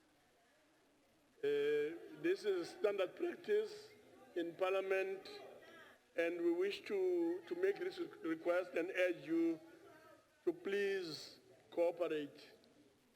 We'll now move on to Northern Cape, which will be followed by Northwest, the Western Cape, and then later on Salga. Allow me to take this opportunity to pay due recognition to the Chief Justice Mokgwe Mokgwe, the Chairperson of the National Council of Province, the Deputy Chair, the Whipari, and also the table led by the Secretary and the Acting Secretary. Indeed, on behalf of the Northern Cape, let me also take this opportunity to express my gratitude to the delegation for expressing confidence in me to convey the congratulatory remarks on behalf of the Northern Cape. Indeed, as a province of the Northern Cape, we have confidence in the ability of this House to ensure that indeed the foundational values that this Constitution is based on, like ensuring that at all times when we take decisions, whether it is at the other arms of government and also the legislative sector, there is rationality in terms of the decisions that we take. There is legality in terms of the decisions that we take. We ensure that at all times the rule of law is respected, particularly given the sacrifices that was made by our forebears and those that led to the liberation of this country. Indeed, as the delegation of the Northern Cape, we are looking forward for this House to ensure that indeed we exercise oversight and accountability in terms of ensuring that this House is positioned to ensure that indeed the National Development Plan, which is aimed at ensuring that we eliminate poverty by 2030, is achieved. We are going to be robust as the delegation from the Northern Cape in terms of ensuring that the peculiar circumstances that is faced by our province is addressed.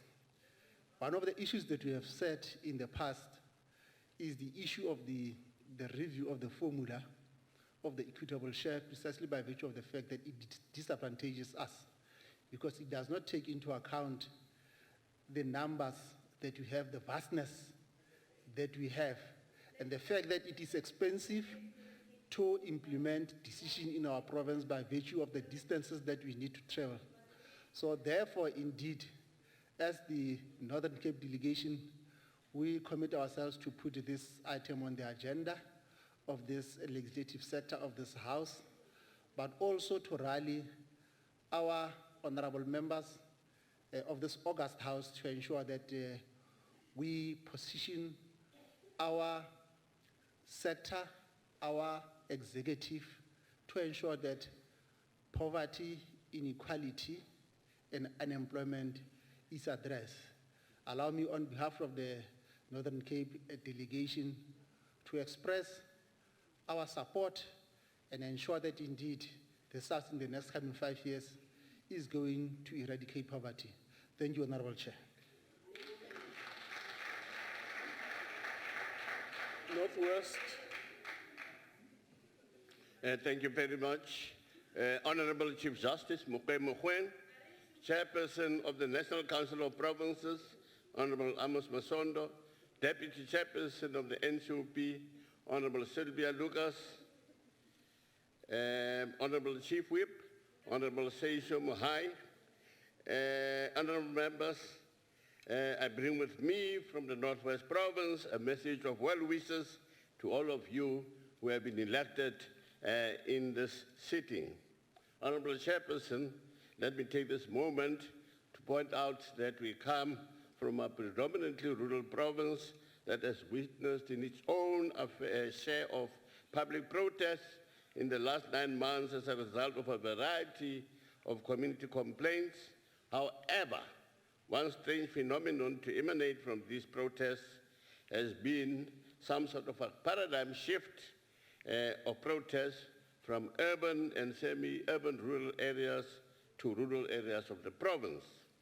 This is primarily due to the following issues which have been cross-cutting in almost all the memoranda relating to community protests that we attended to. The main issue that continue to plague our people are provision of adequate, clean drinking water, as well as improved rural road infrastructure, linking them to major urban centers, to name but a few. Honorable Chairperson, I'm highlighting these two examples that we in the Northwest are faced with in our quest to provide a better life to our people. Notwithstanding the fact that our province is still under Section 101 of the Constitution, this is in part overseen by an ad hoc committee of the NCOP. We are making steady progress in the recovery process to stabilize the public service in the Northwest, but I want to appeal that there is a dire need to place much more emphasis on the interventions in our ailing municipalities. This should be done not only in the Northwest, but should jack up service delivery, Honorable Chairperson, in all struggling municipalities across the country, as these are the coalface of service delivery. With those few remarks, I would like to wish members of this House all the best as they undertake their legislative responsibilities on behalf of their respective provinces. I thank you, Honorable Chair.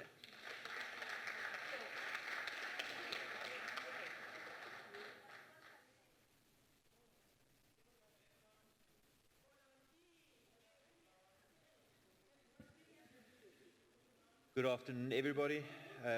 Chief Justice Mogoeng Mogoeng, Chairperson Amos Masondo, Deputy Chairperson Sylvia Lucas, and Chief Whip Mohai.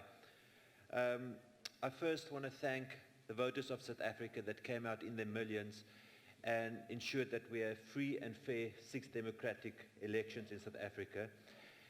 It's something that we must never take for granted, and something that when we serve in this House, we must uphold and respect. I want to start, thank you, Chief Justice and the judiciary. We had a very difficult 5th term of Parliament, and I think the judiciary did an excellent job in staying us on course in this country. I also want to say, Chairperson, you have enormous shoes to fill. We have the outgoing Chairperson, Thandi Modise. When she took up this seat, she became Chairperson of the NCOP, not the Chairperson of the ANC, and not representing one province. She was the Chairperson of the NCOP for South Africans. So I do hope that you can follow the example that she has set. Then, to my colleagues across the board, I think we must firstly thank our families that allows us to live out our passion, that allows us to be away from our homes for hours and hours, and they support us through all that. Serving in the NCOP, we will be traveling the length and breadth of this beautiful country, and they will still give up their precious time so that we can serve our provinces and the voters of South Africa. So never neglect the time you do have with your families. I also want to ask that we respect one another, that we get to know one another across the spectrum, because we can make a difference. This is a very powerful House of Parliament. And if we make sure that we take hands on the issues across party political lines, we can make a difference here. We are first and foremost South Africans, and my plea is that we put South Africa first when we serve in this House. I thank you.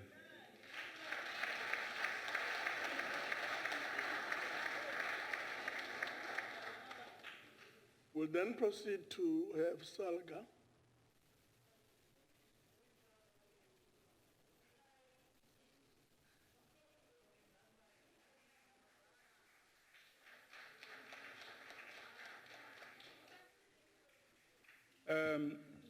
Chief Justice, the Chair of the NCOP, the Deputy Chair of the NCOP, the Chief Whip of the NCOP, the premiers from our beautiful provinces of our country.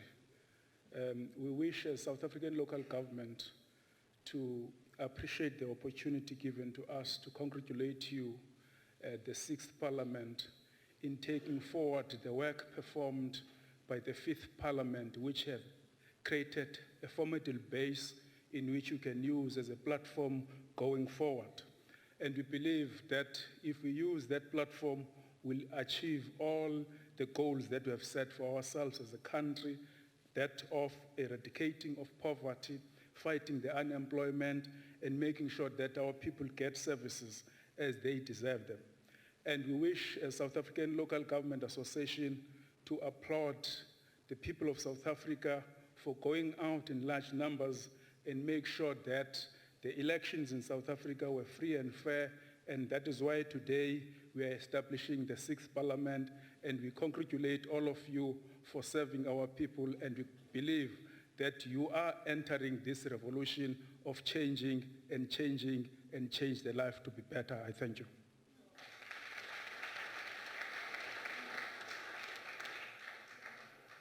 Thank you very much. We'll now move on to political parties. We'll start with the EFF, followed by IFP, and then Freedom Front Plus.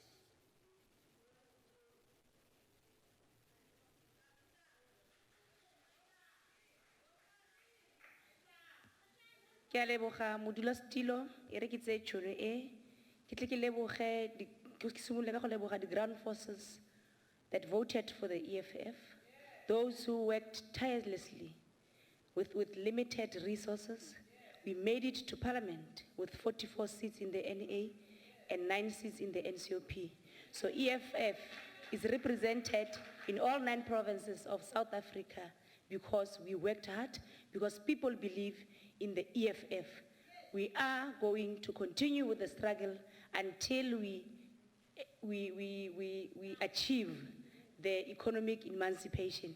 We're going to continue with the struggle until we make sure that the land is expropriated without compensation for equal redistribution to people who belongs to it.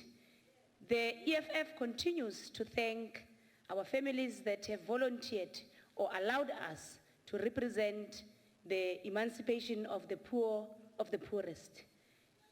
New chairperson, I congratulate you. I hope you're not going to be biased. I hope you're going to be consistent in this house.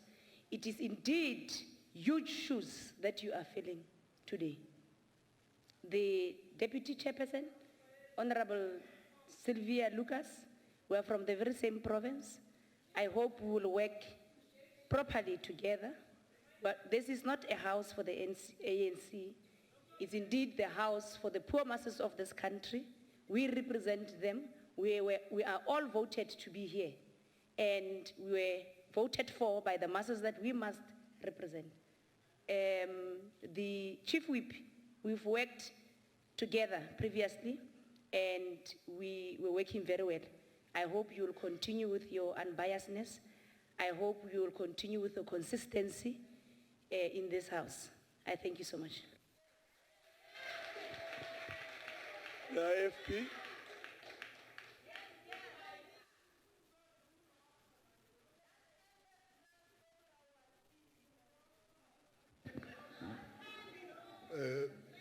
Mr. Chairperson, Honorable Chairperson, our Chief Judge, the premiers of other provinces, especially my premier from KwaZulu-Natal, Honorable Zikalala.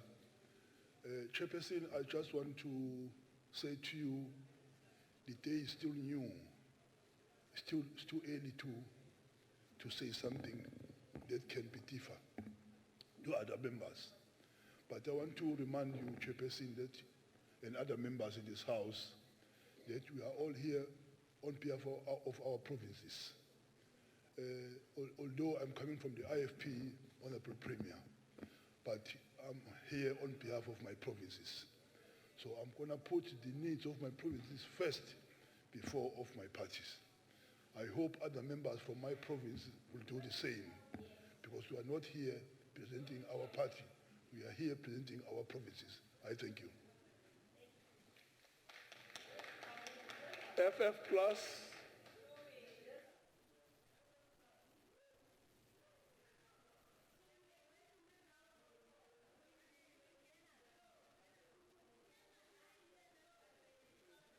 Please proceed.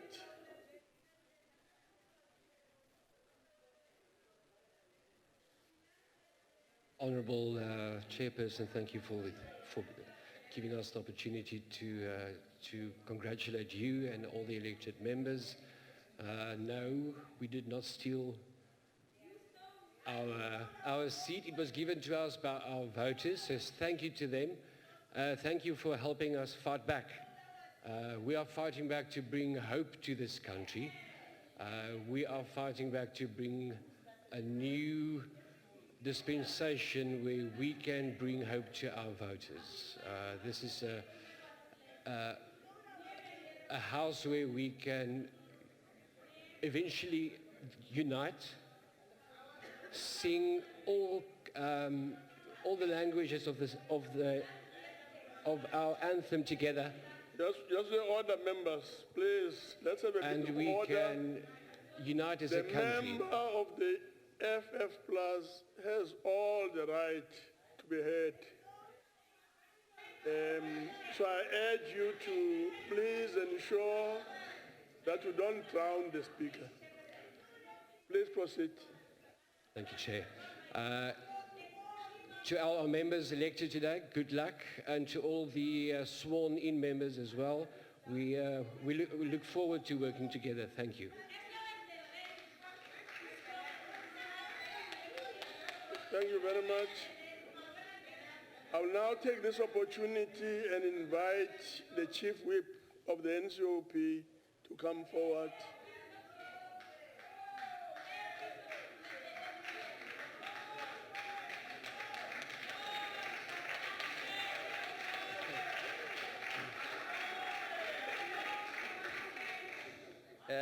Thank you very much, Chairperson and the Deputy Chairperson, Chief Justice Mogoeng,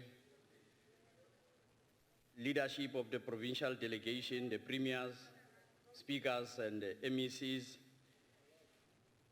members of Parliament. I've seen also members who are in the National Assembly in the gallery and former members of this House, distinguished special delegates, our traditional leaders, media houses present here, fellow colleagues and comrades. I'm indeed humbled to stand here before you today as Chief Whip of this House in the 6th Democratic Parliament. For this, allow me to express my gratitude to the party, the African National Congress, for the confidence expressed in my ability to serve the people of South Africa once again. I also take this opportunity to congratulate our presiding officers, Ndate Amos Masondo, the chairperson, Mayor Sylvia Lucas, the deputy chairperson, for their election as stewards of this House, and indeed all of you in your election as members of this august House. Something should be appreciated for you to be here. Accordingly, this imposed an immense challenge on Parliament as an apex institution of democratic governance to redefine the democratic space. Key to this should be our collective efforts across political allegiances to inspire the confidence of our people in how we execute our constitutional mandate of overseeing the national executive.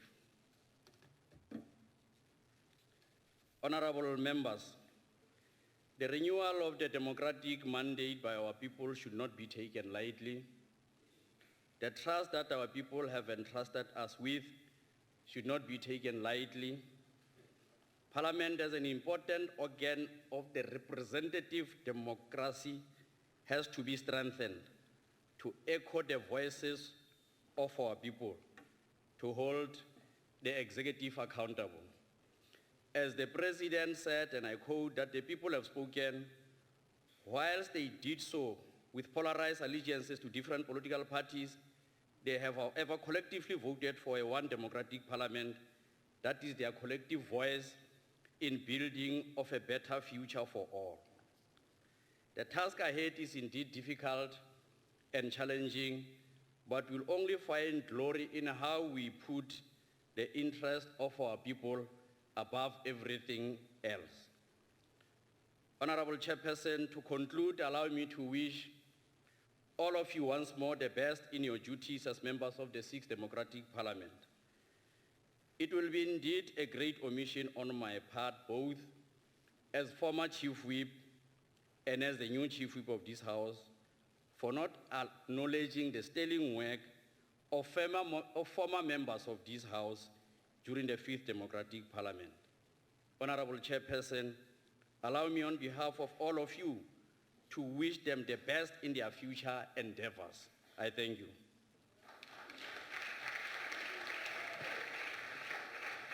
Thank you very much. We'll now have the Deputy Chairperson addressing us.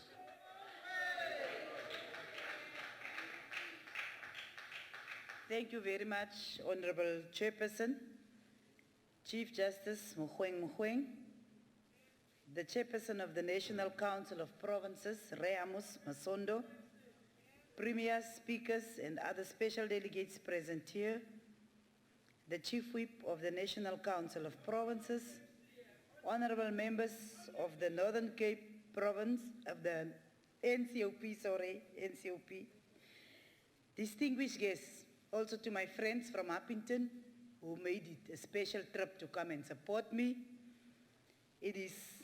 Let me start by congratulating all of you that have been sworn in this morning.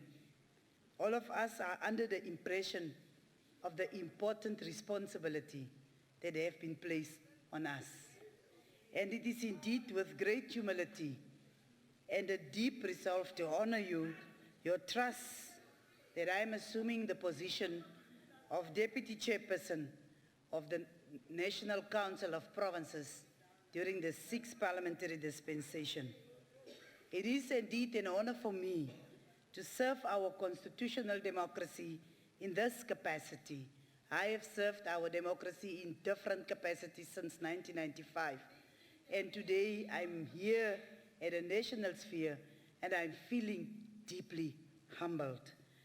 I would like to assure you that I will execute the obligations of my office in accordance with the provisions of our Constitution and to the very best of my ability. Honorable members, democracy requires that citizens should be continuously engaged in governance through interactions with those who are making decisions. It is not only about dropping a ballot in the ballot box, but it's also to understand that it's an important element of democracy.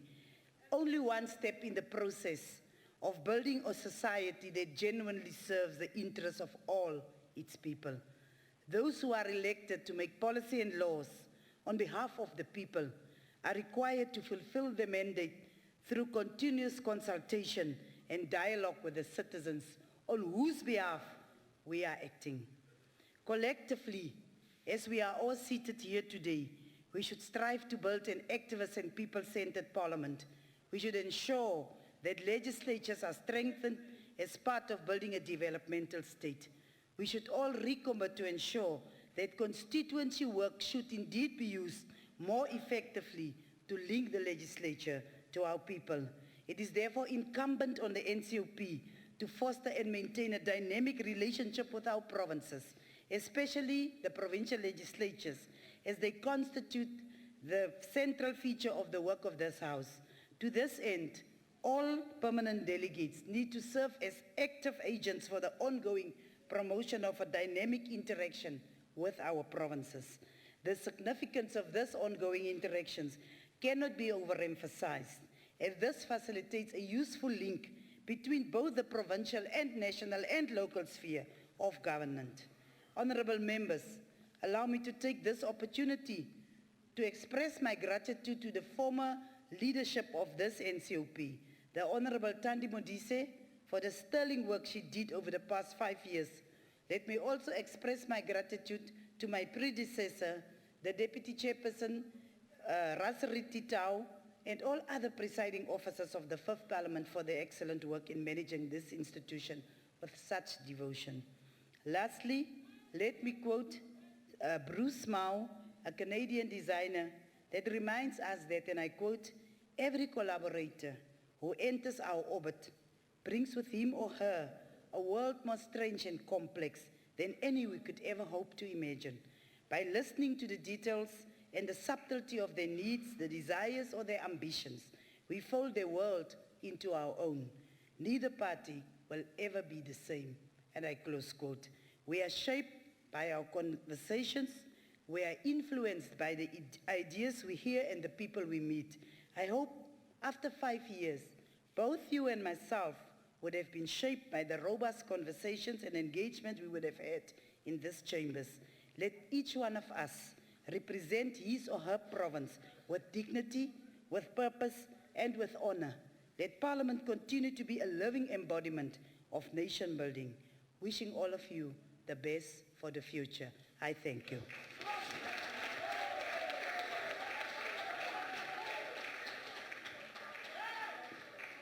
Yes, thank you very much. And can we at this point afford an opportunity to the chairperson just to make a few remarks?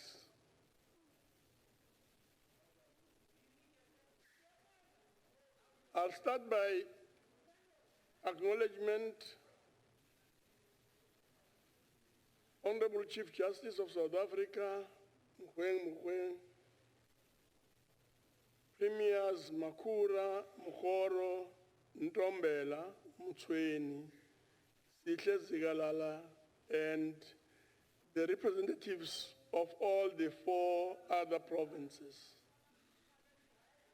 New and returning delegates, former chairperson of the NCOP, and now the Speaker of Parliament, representatives of South African Local Government Association, and I wish to take an opportunity at this point to note that SALGA has brought to the NCOP today a full complement of its delegation. And this is indeed something that must be emulated going forward. Those of our people who are in the gallery, as well as those who may be watching from home, ladies and gentlemen, honorable members of the NCOP, we meet at a time when our country has just had its 2019 national general elections that were held on the 8th of May 2019. The composition of Parliament in the Republic, as we all know, is constituted of the National Assembly and the National Council of Provinces.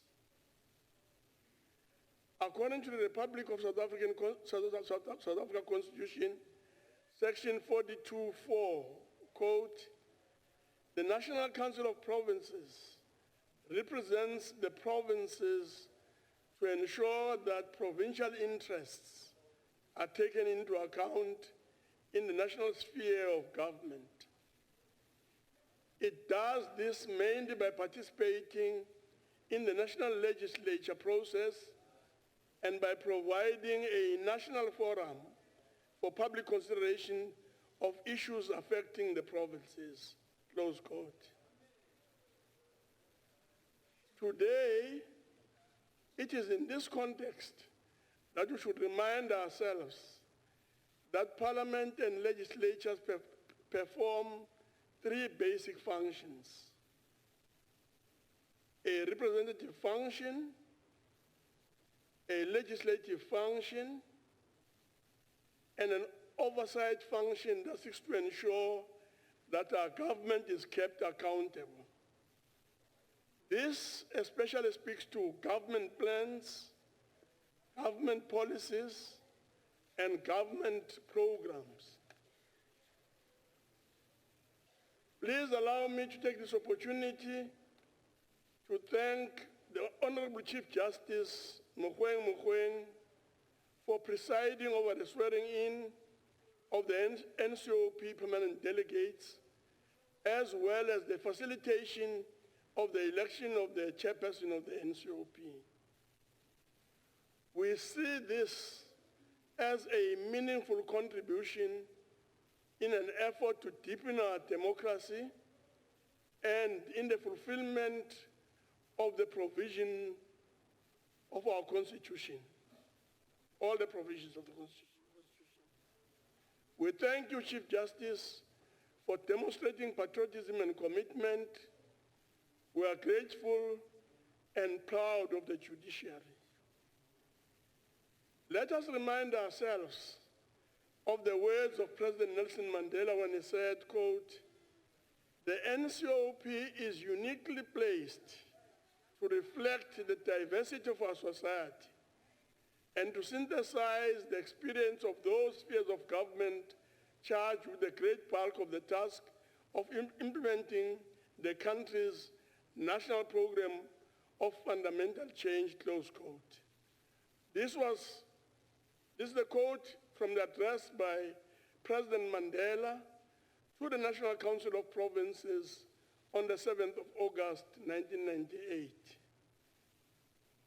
Members of the NCOP, in the context of the dedicated and committed collectives and a galaxy of leaders, we pledge to serve all our people. We'll do so irrespective of class, color, gender, religion, environmental, or any other form of discrimination. We seek first and foremost to serve. Let me also take this opportunity to reassure you that we will do all we can to master and deepen the art of doing. We will not merely dwell on matters theoretical, important though this might be. We will grapple with the most difficult, the art of doing. We will seek and strive to build this culture as we grapple with the critical issues in the context of cooperative governance. The NCOP will indeed be preoccupied with this important question going forward. I commit and undertake to do so, sparing neither strength or courage, to do so to the best of my abilities. I pledge to do so with integrity and being guided by the constitutional values of accountability, responsiveness, and openness. I thank you.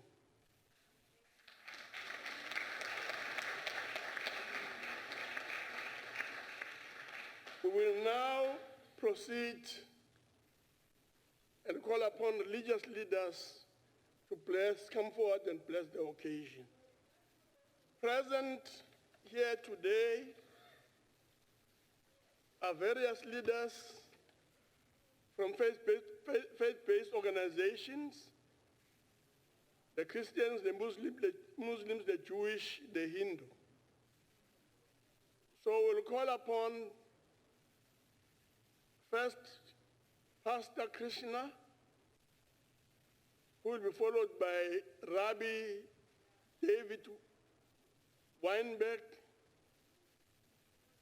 and Mulana Shafiq Nolan, and the last person will be Pastor Salama Temas. Please come forward.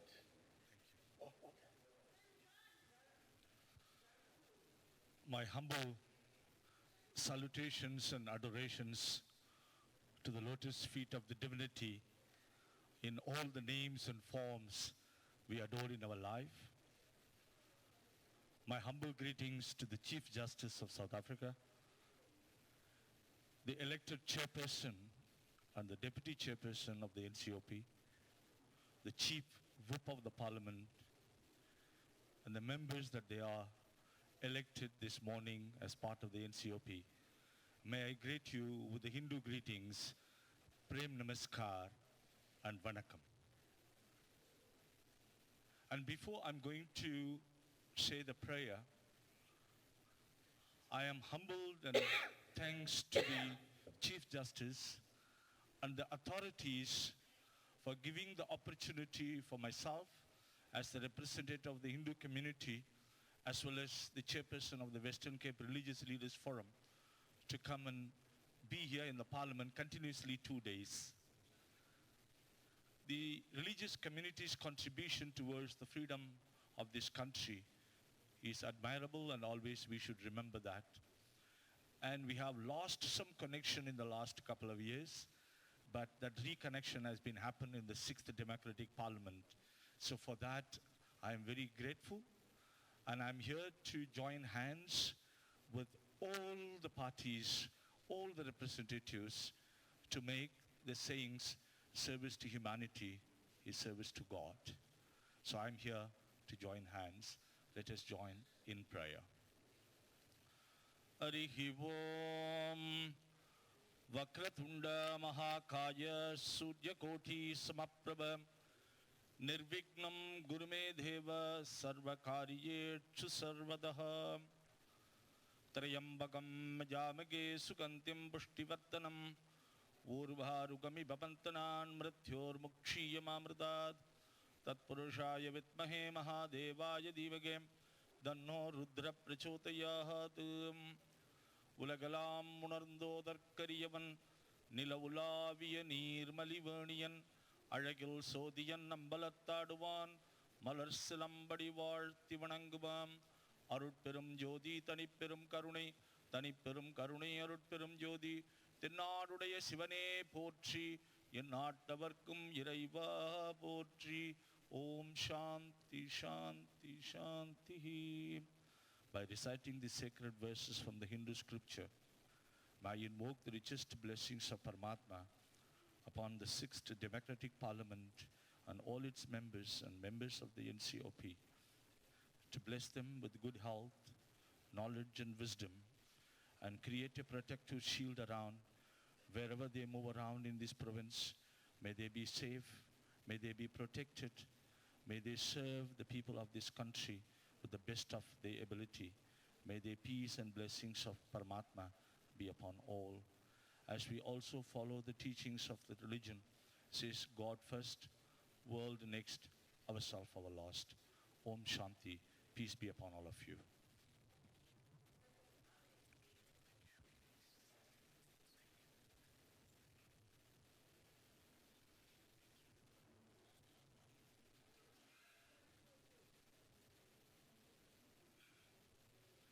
Mr. Chairperson, Chief Justice, and all duly elected delegates here today, just to echo my colleagues' remarks at the importance and the esteem, the awe with which we stand here today, the feeling in this House of the responsibilities that each of you have undertaken.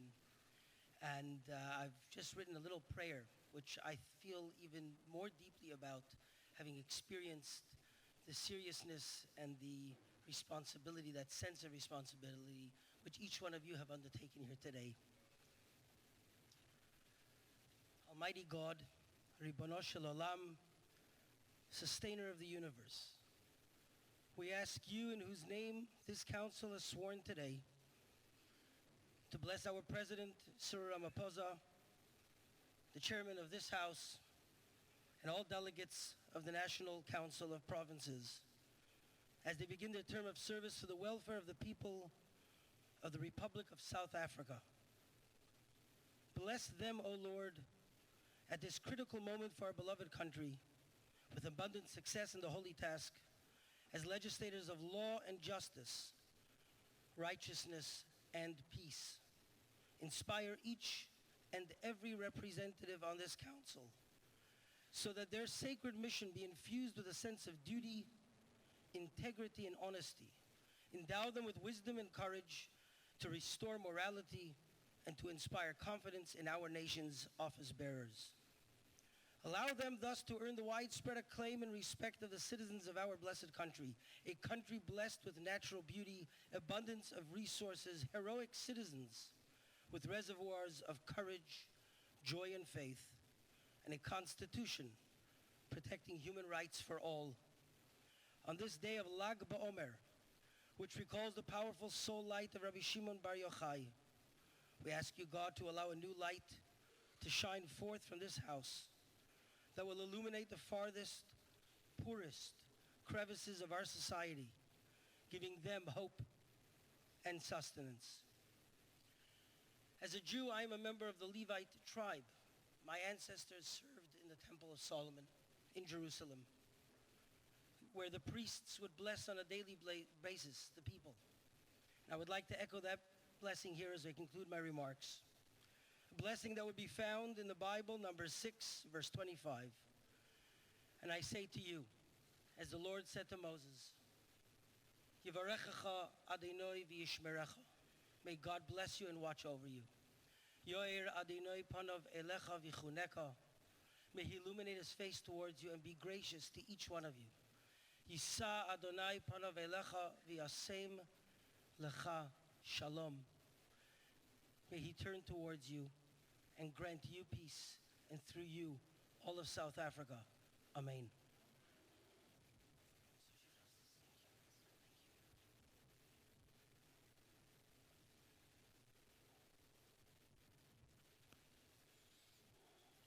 Bismillah ar-Rahman ar-Rahim, Honorable Chairperson, Honorable Chief Justice, and all of the honorable delegates and representative present here. We bring you warm greetings of peace, blessings, and mercy from the Muslims of South Africa in this beautiful month of Ramadan, in these hours where Muslims right through the world are abstaining from food and drink and desires only for the sake of the Almighty. And all of those listening to me that will be saying Amin, or may the Almighty accept to this beautiful prayers. I've also written something just now, beautiful prayer, and this is the opening chapter of the Quran, the first chapter of the Quran, which is called Surah Al-Fatiha, or the surah, or the chapter, the opening chapter. I begin. A'udhu billahi minash shaitanir rajim. We seek refuge in Satan the accursed. Alhamdulillahi Rabbil Alameen. All thanks and praise is due and owing to the Almighty Creator, Allah, the sustainer of the worlds. Ar-Rahman ar-Rahim, the most gracious, the most merciful. Maliki Yawmiddin, the owner of the day of judgment. Iyaka na'budu wa iyaka nasta'in. Indeed, you alone do we worship, and you alone do we ask for help. Ihdina as-sirata al-mustaqim. O Allah, guide us and keep us on the straight path. Sirata alladhina an'amta alayhim, the path of those whom you have favored. غير المغضوب عليهم ولا الضالين. Ameen. Not the path of those who earned your wrath and anger, nor the path of those who went astray. اللهم امنح هذه الغرفة لاتخاذ القرارات الحكمية الحكيمة التي فيها الصلاح للكل. Oh Allah, we beseech you, the Almighty Creator, grant this chamber to make the most wise decisions in which there would be goodness and benefit for each and every citizen. اللهم أرسل بركاتك على هذا المجلس. O the Almighty Creator, we beseech you, Allah, to send your blessings upon this council. اللهم ارشد رؤساء الوزراء ووزراء الكرام نحو تقديم أفضل خدمة لهذا البلد الجميل.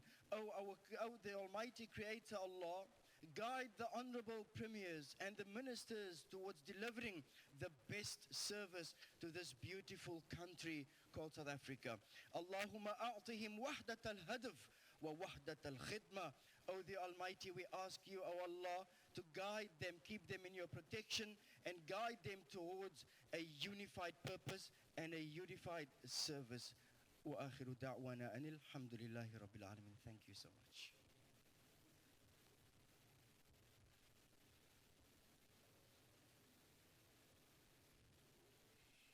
I greet you all in the wonderful name of Jesus Christ, Honorable Justice, Honorable Chairperson. This morning we have come to be seated here with many decisions that had to be made. And truly the shift has come over our nation, South Africa. And today we want to stand and give the Lord the greatest honor and the greatest praise. There was a young man in the Word of God by the name of Nehemiah. And Nehemiah was a cupbearer to the king. And Nehemiah was that man that took a stand when he saw that Jerusalem's gates have been broken down and the walls have been destroyed, the gates have been burnt. And then he began to go and he inspected because his heart was so sad. And this is the situation that we have faced, that this nation, the gates has been burnt and that the walls were all broken down. But there are Nehemiahs that God has called in this nation and has said those that have sworn an oath before not only man but also before God. You have a responsibility by the living God. It's not just man that called you. God has appointed you, and you have a responsibility not only from the earth but also towards heaven. He is the king, and you will have to answer with every decision. The Bible says it's not by might, and it's not by the powers of man, and it's not by the wisdom of man. Only God gives the wisdom. He is the one. There is no other one. His name is Jesus, and he is the King of Kings, and he is the Lord of Lords. And the word of God says, Nehemiah went down, and he said, and then I said to them, I see the distress that we are in. Jerusalem lies in waste. South Africa needs to be rebuilt again. And God has called this time. For this time, then not only have we transitioned, but we're stepping into a new era and a new thing. And he says, come and let us build. You will no longer be a reproach. Let us arise. How many years since we are rising? We are rising from the ashes, and we are going to put our hands to the plow, and we're not looking back. Amen. Father, today we want to say thank you. Thank you that you have handpicked men and women, men that you have sworn to come to fall. So today, Father, I thank you that they will build according to the courts of heaven. Yes, our people needs direction. And if there is no knowledge, our people perishes. So today, in the name of Jesus, I thank you as the King of Kings, and you are the Lord of Lords over South Africa, and there is no one. You will do a new thing. And I thank you, Lord, that those you have called, they are called by your name. So you will cause them. Give them the wisdom. Give them the strategy. Oh, Father, let your glory reign over them. I thank you that you permeate their hearts to know that they should fall on their knees and call unto you for that wisdom. It doesn't come from the counsel of men, but it comes from the King of Kings, and his name is Jesus. Amen and amen.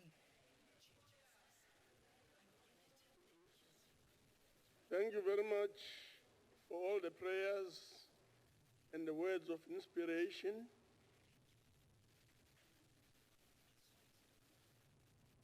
One announcement. I'm told there's going to be a group photo that will be taken after the sitting at the steps of the NCOP. About here. The steps I'm sure will be on your left. So we are requested to assemble there to have a group photo, and please proceed there as soon as we adjourn the sitting.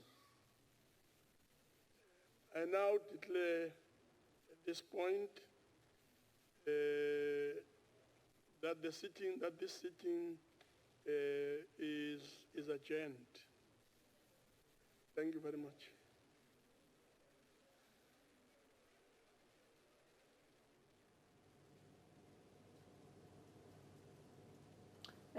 Viewers at home, welcome to the live broadcasting that we just saw now of the proceedings that took place, that have been taking place over the last hour and about 2 hours of the swearing in of the members of the National Council of Provinces, as well as the election of the presiding officers. Just to remind those who have just joined us now, the newly appointed chairperson of the National Council of Provinces is Mr. Amos Masondo, and then his deputy is Ms. Sylvia Lucas, as well as the Chief Whip of the Council, which is Mr. Saso Joel Mohai. So these are the presiding officers that will be presiding over this House over the next 5 years or 5-year term, meaning that indeed the 6th Parliament has kicked in and everybody is ready now. And now, Jody, so much, I don't even know where to start. Yes. But because we've just stated that we have the newly elected presiding officers as well as the Chief Whip, can you just briefly take us over their roles? Right, so the chairperson of the NCOP represents the NCOP, for example, on an international forum, locally as well, is really the face of the NCOP, if one wants to put it that way, and is supported by the deputy chairperson. This is something that the Constitution actually refers to around the deputy chairperson, is that there are 2 positions. One is referred to as the permanent deputy chairperson, and one is a second, or it's come to be known as a rotating deputy chairperson. You'll see today the focus was on the permanent deputy chairperson, and that is because during the term of the 5th Parliament, there was in fact a discussion within the National Council of Provinces around this second position, and that is probably something that will be taken forward in the 6th Parliament. So the chairperson will preside over sittings of the National Council of Provinces. So whenever there is a decision that needs to be made around legislation, or if it has to be, as I mentioned previously, a question session to the executive, that would be some of the roles that the chairperson would fulfill, and assisted or supported by the deputy chairperson, because a sitting could take quite a long time. Sorry, Jody, we're going to just come back to that conversation. Ladies and gentlemen, viewers at home, the newly appointed or newly sworn in members of the National Council of Provinces are making their way to the steps of the National Council of Provinces for a group photo.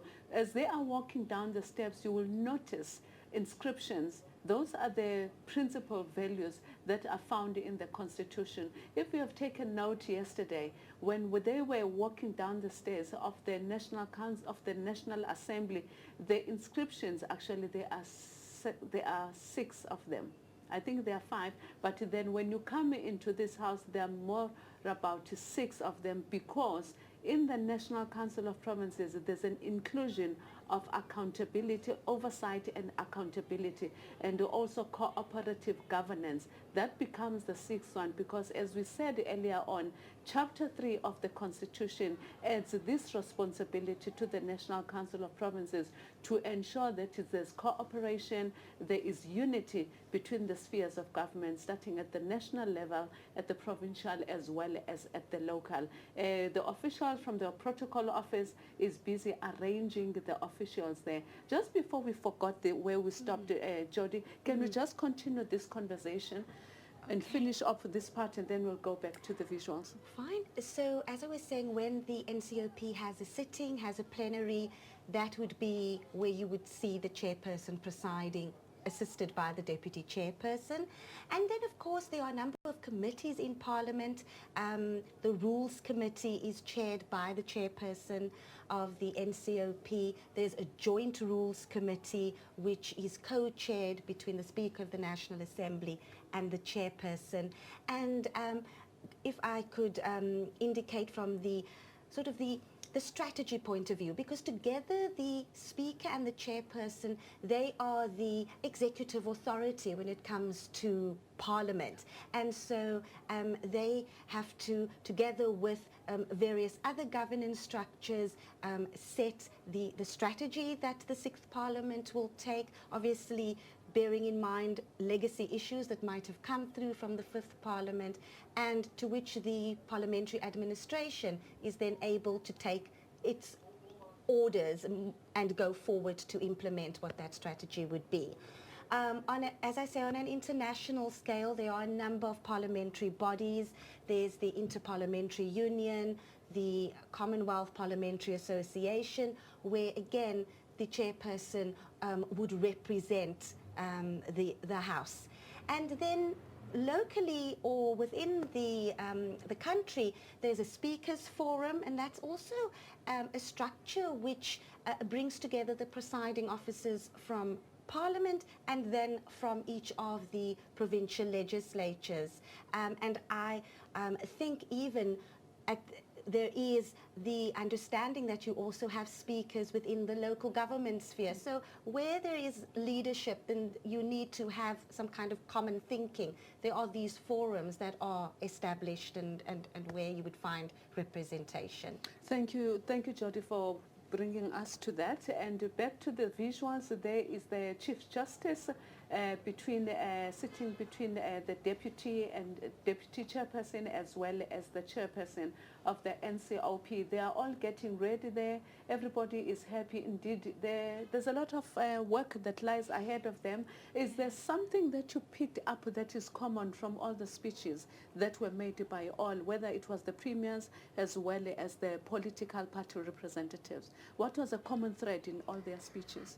Certainly, I think the almost the urgency with which the NCOP members were encouraged to fulfill their responsibilities because of what we have seen in various communities around service delivery and so on. So I think there was definitely a call that the NCOP is the house that many of the provinces will look to and do look to try and take forward the issues at the national level, because that is where one is going to find the direction initially, but that policy needs to be informed by what is happening on the ground in the respective provinces and in the municipalities.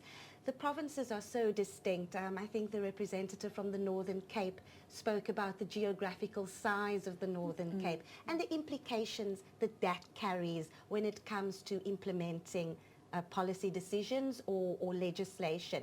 Gauteng, the Honourable Premier spoke about the population size and the impact that has. Thank you, Jackie. Let's just pause there. Temgosi, we believe that you are on the steps of the NCOP. What have you got to say to us?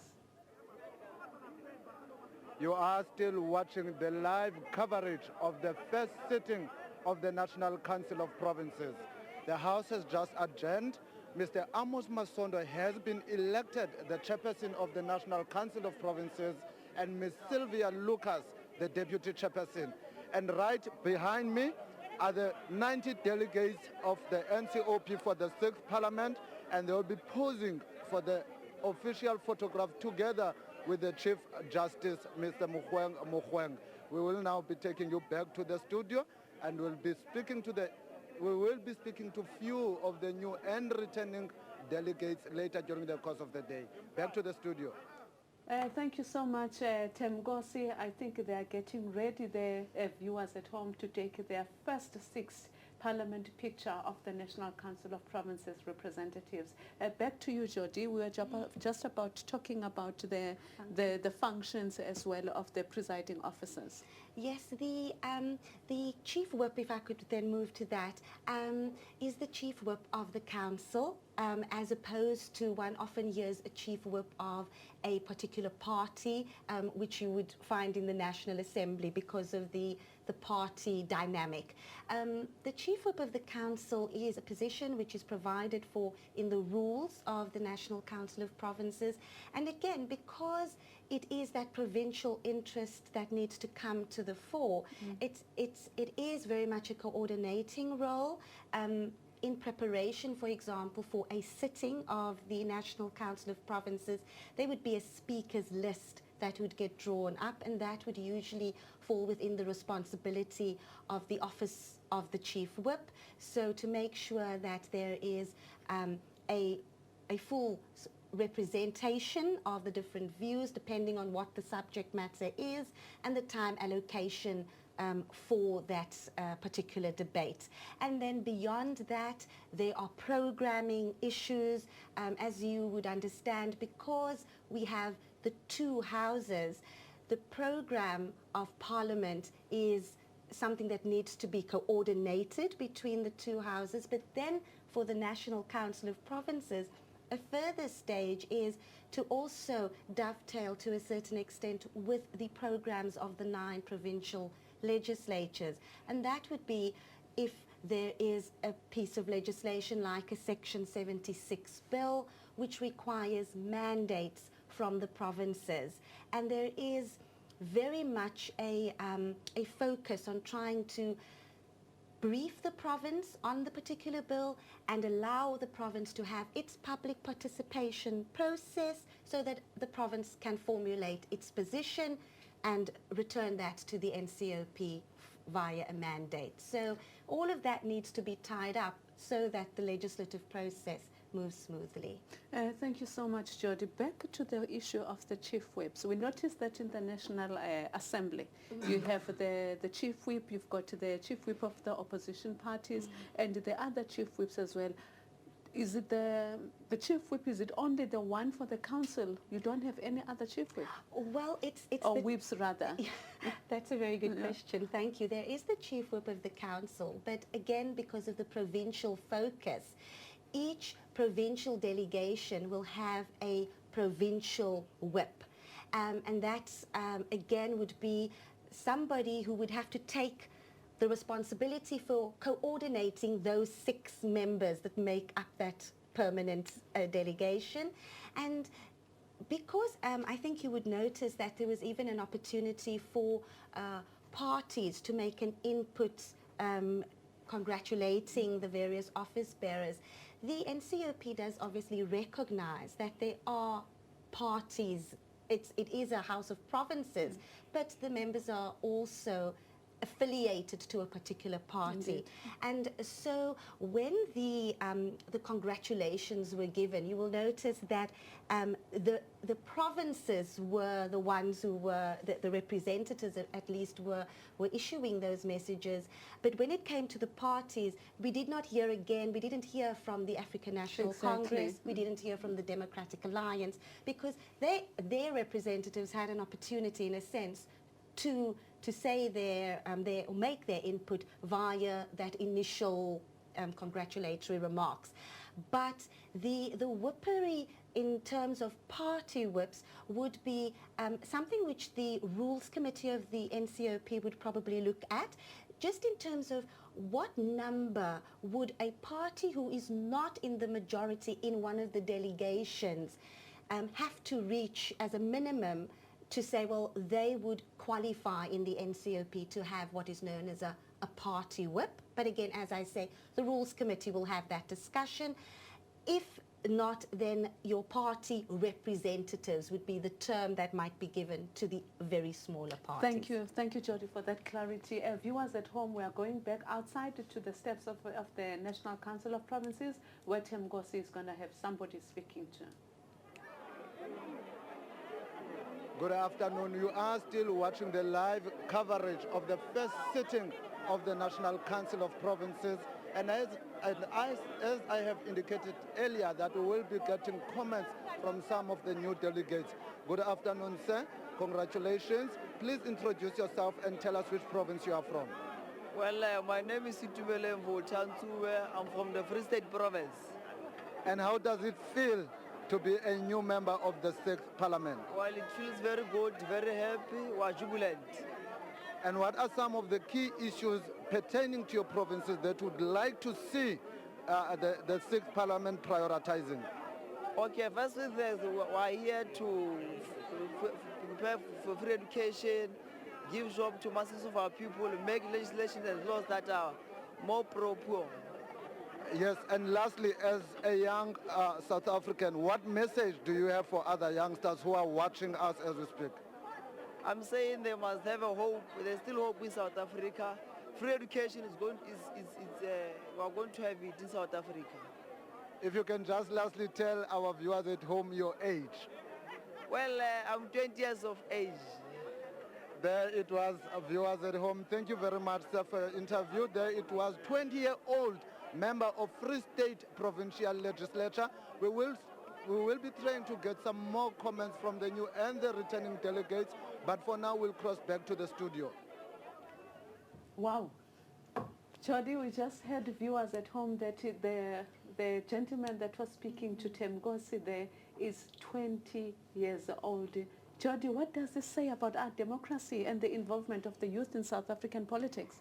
I think it can only be positive, certainly to have a young delegate and bringing in the aspirations of young people. I think the world over, there is sometimes a tendency for young people to step back out of organized politics or organized government, but here is somebody who stands at this young age willing to and ready to make a contribution, which is wonderful. Youth of South Africa, you just saw it with your own eyes. One of the youngest leaders in the National Council of Provinces. This is a delegate, a young person. You have voted, you have put him there. So it means that it is possible to participate in the politics, especially in the National Council of Provinces, as well as in the National Assembly, because this is your parliament. We are going back again to Temgosi to hear what the new delegates have to say about their swearing in today. Good afternoon. We are still in front of the NCOP stairs, and with me is one of the new delegates of the NCOP. Good afternoon, sir. If you can please introduce yourself and tell us how you're feeling. Good afternoon. I'm Bulelo Baha, representing Gauteng province. I'm a new member of the NCOP, having been with the National Assembly. My expectations in the NCOP, which is completely new terrain for me, is where we'll be able to escalate issues and challenges from our province within the NCOP and assist our legislatures from that side to make sure that challenges faced by our people in Gauteng are addressed, namely issues of housing, issues of unemployment, knowing that Gauteng has the highest population of people in the country, and if Gauteng works, the whole country works. And therefore, it's important to represent the aspirations of the people of Gauteng within the National Council of Provinces. And how did it feel as you joined the benches in the NCOP? Look, I had mixed feelings about it, coming from a bigger house, which is the National Assembly. But when I got there and found that I guess a lot of work needs to be done within the NCOP more than the National Assembly. And I think that I'm not scared to make my hands dirty, do the work, and I'm up to the challenge. And what message or advice do you have for the South African viewers? I think that South Africans should know that firstly, that Parliament is not only the National Assembly. NCOP is a very, very important part of our legislative work in the country, and if it works, a lot of legislations will come through to us, and we have a task and mandate of making sure that we pass legislations that would better the lives of our people, and that's what we are determined to do in the NCOP. Thank you, and I'd like to wish you all the best of luck during the 6th Parliament. Thank you very much. Thanks. There it is, viewers, one of the new delegates, although not new to Parliament, as he has previously served as a member of Parliament in the National Assembly. We will be bringing you more interviews, but for now we're back to the studio. Thank you very much, Tim Gossi. Viewers at home, those who have just joined us, now we have just completed the swearing in of the new delegates of the National Council of Provinces, and also followed by the swearing in of, also with the appointment or election of the chairperson of the NCOP, Mr. Amos Masondo, and also his deputy, and Ms. Sylvia Lucas, as well as the council chief whip, Mr. Musia Mohai. So those are the two important key positions that we saw this morning being filled in the National Council of Provinces. Jody, these are not only the only positions that are supposed to be filled in the NCOP. I believe as well they are house chairpersons. How is their appointment going to happen, or nomination? The rules, thank you Valerie for that. The rules of the NCOP make provision for two house chairpersons to be elected. That does not have to take place though at the first sitting. The Constitution does have provisions whereby the House can make its own internal proceedings, and it also allows for additional presiding officers. So again, the focus of the House chairpersons might differ from what it was in the 5th Parliament or previous parliaments, but the rules as they stand at the moment give the focus towards your cooperative and intergovernmental relations because of the importance of that aspect.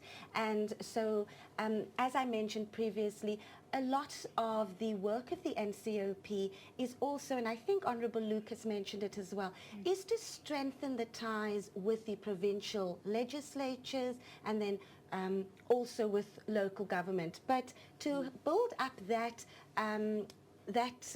relationship between committees, select committees in the NCOP and standing portfolio committees in the provincial legislatures is important, and all the presiding officers have a role to play in that. Thank you, Jody. We'll continue that topic, especially under the heading of oversight and accountability. Viewers at home, where Tim Gossi is waiting for us outside. Thank you, Valerie. I am standing with one of the new delegates of the NCOP. Good afternoon, sir. If you can please introduce yourself and tell us which province you are from. Good afternoon. I'm Edward Njado. I'm from the Western Cape. Wonderful, sir. And how does it feel to be sworn in as one of the delegates of the NCOP? Yeah, to be one of the delegates of the NCOP, I think it's a great moment to serve the Republic of South Africa, to ensure that service delivery is perfect. And what are some of the key issues that you would like to see Parliament addressing, particularly those that pertain to your province? Pertain to the province, I think the key problems is job creation and also to make sure that economic development. And what message would you like to pass to the South Africans? I want to say to the Republic of South Africa, we are here at the NCOP to represent the community and the entire South Africa. Mr. Njadu, thank you very much, and we wish you all the best for the next 5 years. Thank you very much. Well, viewers, that was Honorable Njadu, one of the new NCOP delegates, but for now we'll be crossing back to the studio. Viewers at home, the buzzword from today and from yesterday is communities, services. People have voted. People have given us the mandate to carry the services, to lead the country. This is not me. These are the members that were sworn in the National Assembly yesterday, as well as the members that were sworn in this morning in the National Council of Provinces. Jody, in terms of the public holding both houses of parliament, the National Assembly as well as the NCOP, they are both given a mandate to carry oversight over the government departments. How involved is the public in this process? Valerie, thank you. I think I would be perhaps remiss if I don't mention one of the flagship programs of the National Council of Provinces, something that they'd introduced called the Taking Parliament to the People program, as a way of ensuring that people beyond just your metros and your cities also have access to their public representatives. And the Taking Parliament to the People program is often done in rural areas, in areas where perhaps communities had felt a disconnect with their public representatives. So one way is by way of this physically going to the province and having a day, well, more than a day, actually a week of engagement with the community concerned, hearing directly from the members of the community, having present at that gathering national ministers who carry portfolios that link to the provinces. So, for example, your education, health, sanitation, those types of direct transport and so on. And then and the district and local municipality.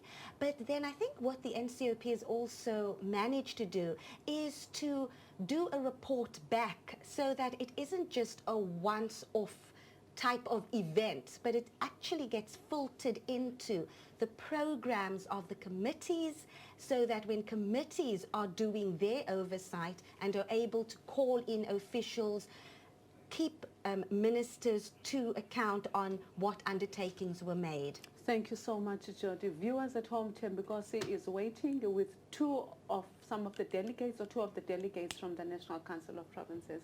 Thembinkosi. We are still in front of the National Council of Provinces, and with me are two representatives of the South African Local Government Association. Good afternoon, ladies. If you can just introduce yourselves and share with us which provinces are you from? Good afternoon, sir. My name is Councillor Stella Mondlane. I am from the Northwest Province representing SALGA in the NCOP. Thank you very much. Good afternoon, viewers at home. I'm Councillor T.M. Charles from Mpumalanga. I'm a rep for SALGA in NCOP. I thank you. And what are some of the key issues that you expect the NCOP to prioritize during this 6th parliament term? Obviously, as SALGA, we are a voice for local government. We speak on behalf of municipalities, and we've been very audible in terms of the manner in which intervention is applied when it comes to municipalities. Municipalities would be placed under administration under Section 139, but the intervention does not come with support. You are just placed under administration, but you as the municipality, you continue to support financially the intervention that is coming. And we said that intervention should rather apply in terms of monitoring and evaluation, because if we do that effectively, then there won't be a reason for us to jump to Section 139. And of course, we are looking in terms of how equitable share is distributed to municipalities, because they differ from one municipality to another. And those are one of the issues that we hope that we will actually get an opportunity to lobby for inside the NCOP. Oh, thank you very much. She said mouthful. I'm not going to repeat what she said. SALGA is also taking care of the municipality due to the service delivery. It comes first. It's our priority as being rep for SALGA in NCOP. And what message does SALGA have for the South Africans who are currently watching this interview?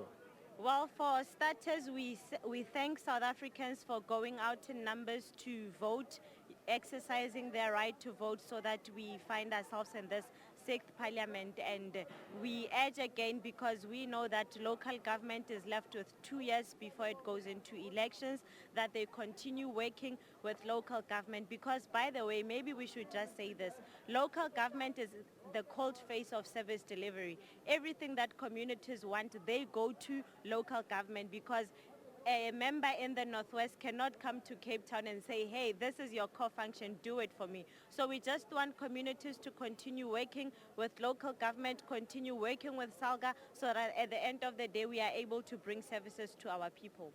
Ladies, thank you very much and congratulations once again, and I would like to wish you all the best in the next 5 years. Thank you very much, and thanks for having us. Thank you very much, and thank you for the viewers at home. I hope at home they're watching us right now. Thank you. Thank you very much. There it was two SALGA representatives. We will be trying to get some more comments and interviews from new and returning delegates. But for now, we're crossing back to the studio. Thank you, Thembikhisi. Definitely. I hope people at home are watching those two ladies from SALGA because you can see how excited they are. But we're glad to have them within the precinct of Parliament. Jody, just before we close, one more question. The lady have spoken about administration of the provinces. In the speech that was made by Professor Job Mohoro, he mentioned that they are under Section 101. Can you explain more about that section?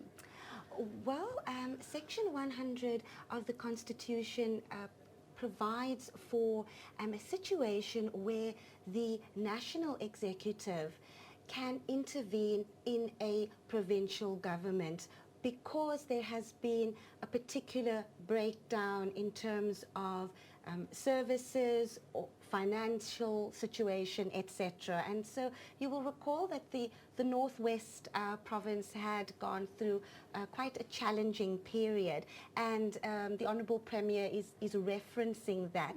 Now, in such an instance, the Constitution places the NCOP in the position where they would receive the reasons for the intervention, and they would visit, they would set up a committee usually as a house and actually see for themselves what the situation is on the ground before agreeing that such an intervention would be to the benefit of the province concerned.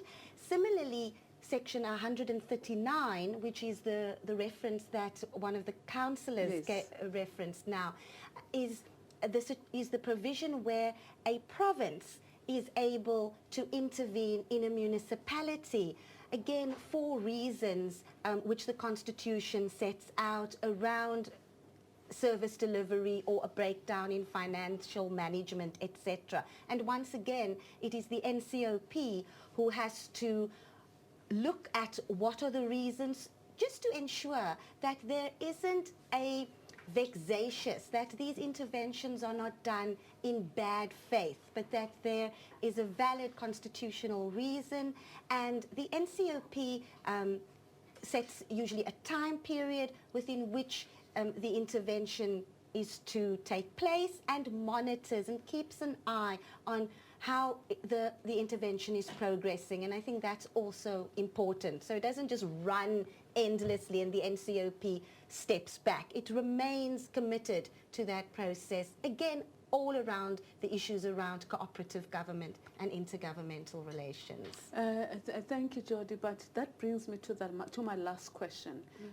Because Parliament conducts oversight, how do provinces and local municipalities get to a position where Section 100 and Section 139 of the Constitution has to be activated?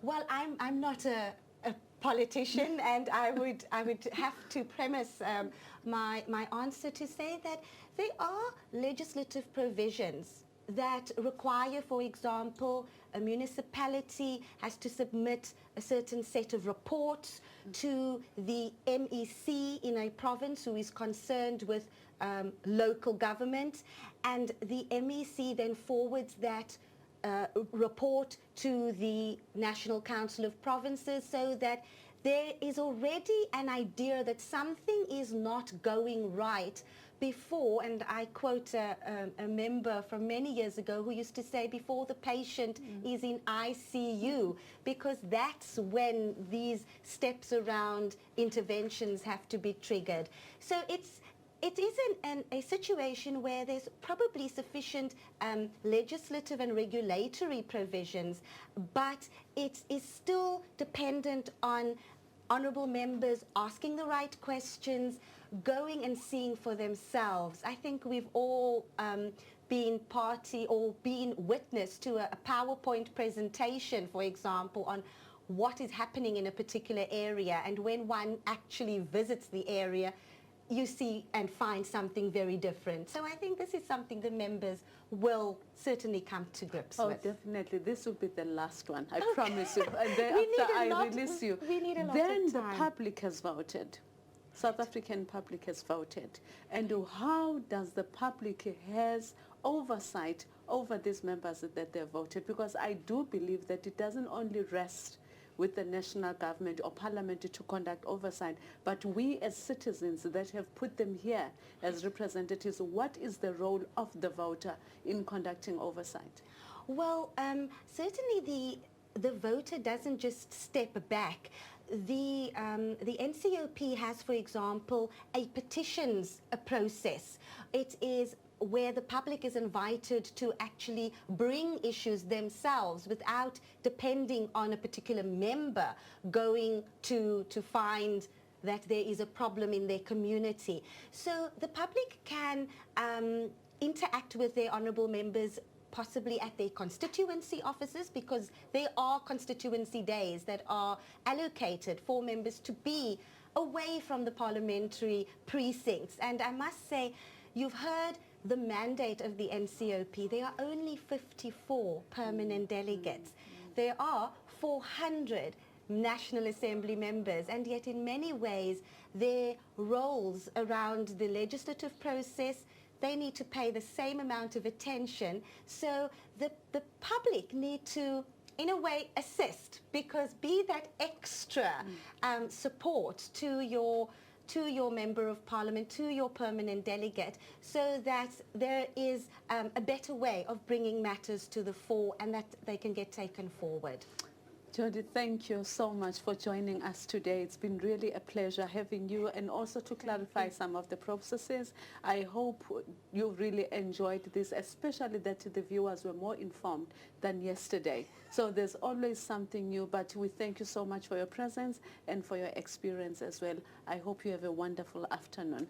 Thank you, Valerie. It was my pleasure to be here. Thank you. Viewers at home, that ends our interview and our interaction, exchange of information with our guest analyst today, Jody Nekerke, who was one of the Undersecretary of Parliament in her later years until now, until she decided, no, she said enough of Parliament. But otherwise, thank you so much, Jody. Thank you, viewers, for joining us. So we're going to take a short break now, and thank you. We'll join you later. The National Council of Provinces continues to exist until immediately before the first sitting of the provincial legislatures.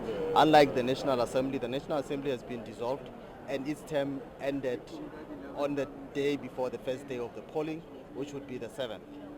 The National Council of Provinces continues to exist until, as I have indicated, immediately before the first sittings of the provincial legislatures. It is projected that the provincial legislatures will sit on the 22nd of May, and that the National Council of Provinces will sit on the 23rd of May.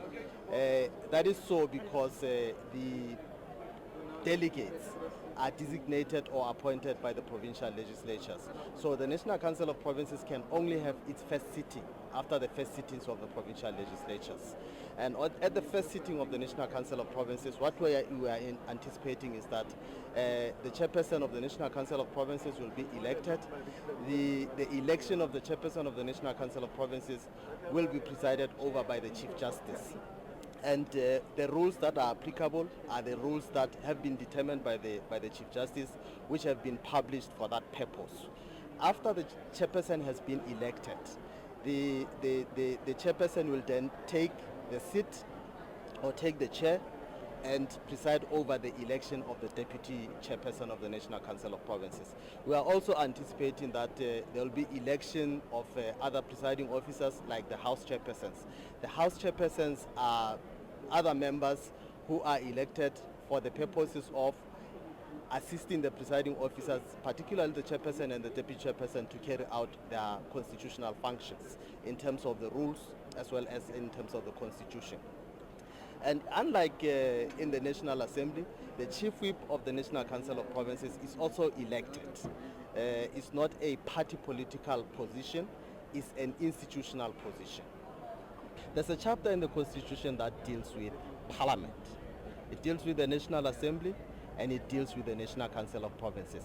There's also provisions in the Constitution that provide for the lawmaking processes in the National Assembly as well as in the National Council of Provinces. And that is also given effect to by the rules of the two houses. And perhaps let me talk a bit about the National Council of Provinces, the composition. The National Council of Provinces is composed of 90 delegates.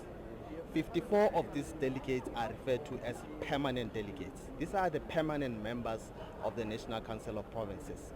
And out of that 90, the 34 other members are referred to as special delegates. These are special delegates are members of the provincial legislatures who are designated by their parties, and they attend the proceedings of the National Council of Provinces as and when it is necessary to do so.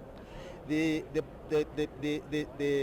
composition is made out of, one can say that, out of the proportional representation of the parties in the provincial legislatures. So the more the parties, the more the members the party has, the more the permanent delegates the party will have in the National Council of Provinces. Yeah, as I have indicated, the Chief Justice has now promulgated the rules for the elections. The elections of the speakers, for instance, in the provincial legislatures, that would be the first item that the provincial legislatures must deal with, the election of the speakers. Then once the election of the speakers are presided over by the judges president in the various divisions of the High Court. So once the speaker has been elected, then the speaker will take the chair and preside over the election of the deputy speaker, and probably also deal with other matters that the provincial legislature may want to deal with on that day. Those are the rules from the Chief Justice, but those rules are only applicable. In the case of the National Council of Provinces, they are only applicable for the election of the chairperson to the National Council of Provinces. They are only applicable for the purposes of the process that the Chief Justice is responsible for, which is the election of the chairperson of the National Council of Provinces, and in the National Assembly, of course, the election of the speaker, and in the provincial legislatures, of course, the election of the speakers. But thereafter, the rules of the National Council of Provinces would be applicable, for instance, for the election of the chairperson as well as other presiding officers and the Chief Whip of the National Council of Provinces. As I have indicated, the National Council of Provinces is there to make sure that because it is designated or its members are appointed by the provincial legislatures, it exists for the purposes of ensuring that provincial interests are represented or are taken into consideration at the national level of governance. We normally say that the National Council of Provinces is at the cutting edge of cooperative government and intergovernmental relations, or it is a melting pot of cooperative government and intergovernmental relations. Because if you look at its composition, you can conceivably have all the three spheres of government all at the same time represented in the National Council of Provinces. And perhaps I should add that in addition to the 90 permanent delegates, special and permanent, we also have 10 representatives of organized local government. So organized local government is also represented in the National Council of Provinces, although members of or the representatives of organized local government can participate in the processes and proceedings of the National Council of Provinces and its committees, but they do not have a right to vote, precisely because they belong to the municipal councils. The citizens must watch the proceedings of the National Council of Provinces and its committees. They must also watch the proceedings of the provincial legislatures. They must watch the proceedings of the National Assembly as we constitute the 6th National Council of Provinces, the 6th provincial legislatures, as well as the 6th National Assembly. So you spoke about cautioning members or making them aware of their responsibilities with regards to their oath or affirmations going forward, and as well serving the communities who has elected them. Yes. Yes. You know, one could say, but why can't you just allow people to read these things, internalize it, and begin to function as they are required to? It is necessary, especially in the presence of witnesses, that an oath is administered to a person. It's a caution. Be aware the power doesn't belong to you. Be aware that the budget that will be assigned to your department or unit is not your money. it is public funds, and make sure that as required by the Constitution, that power, those resources are used only for the intended purpose. Never forget, remember there's an expression, my sister, that says, power corrupts and absolute power corrupts absolutely. Never forget that you may be corrupted. Never forget that you may forget that this is not your homestead, and begin to act as if the whole public owes you something. It's a critical responsibility, it's an honor, a humbling opportunity for you to occupy this space. So give it your best for the good of the broader public. What helps me, speaking for myself, is to never forget that people died.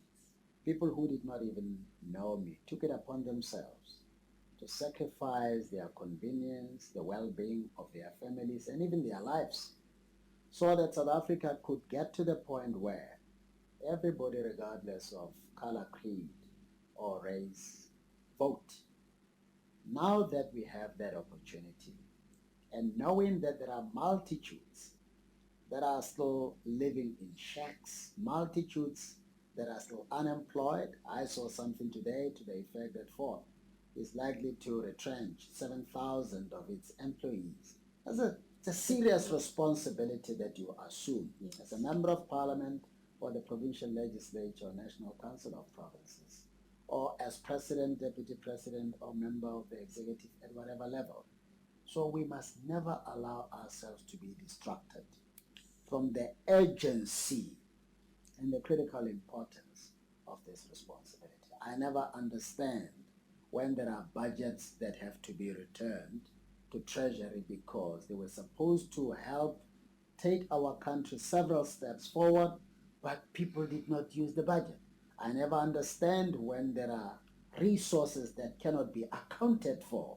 That's public money. We all, including me, are employees, are servants of the South African public, and we better make sure at all times that we make our masters, our employees, the South African public happy by doing everything reasonably possible to meet their needs, to honor their aspirations.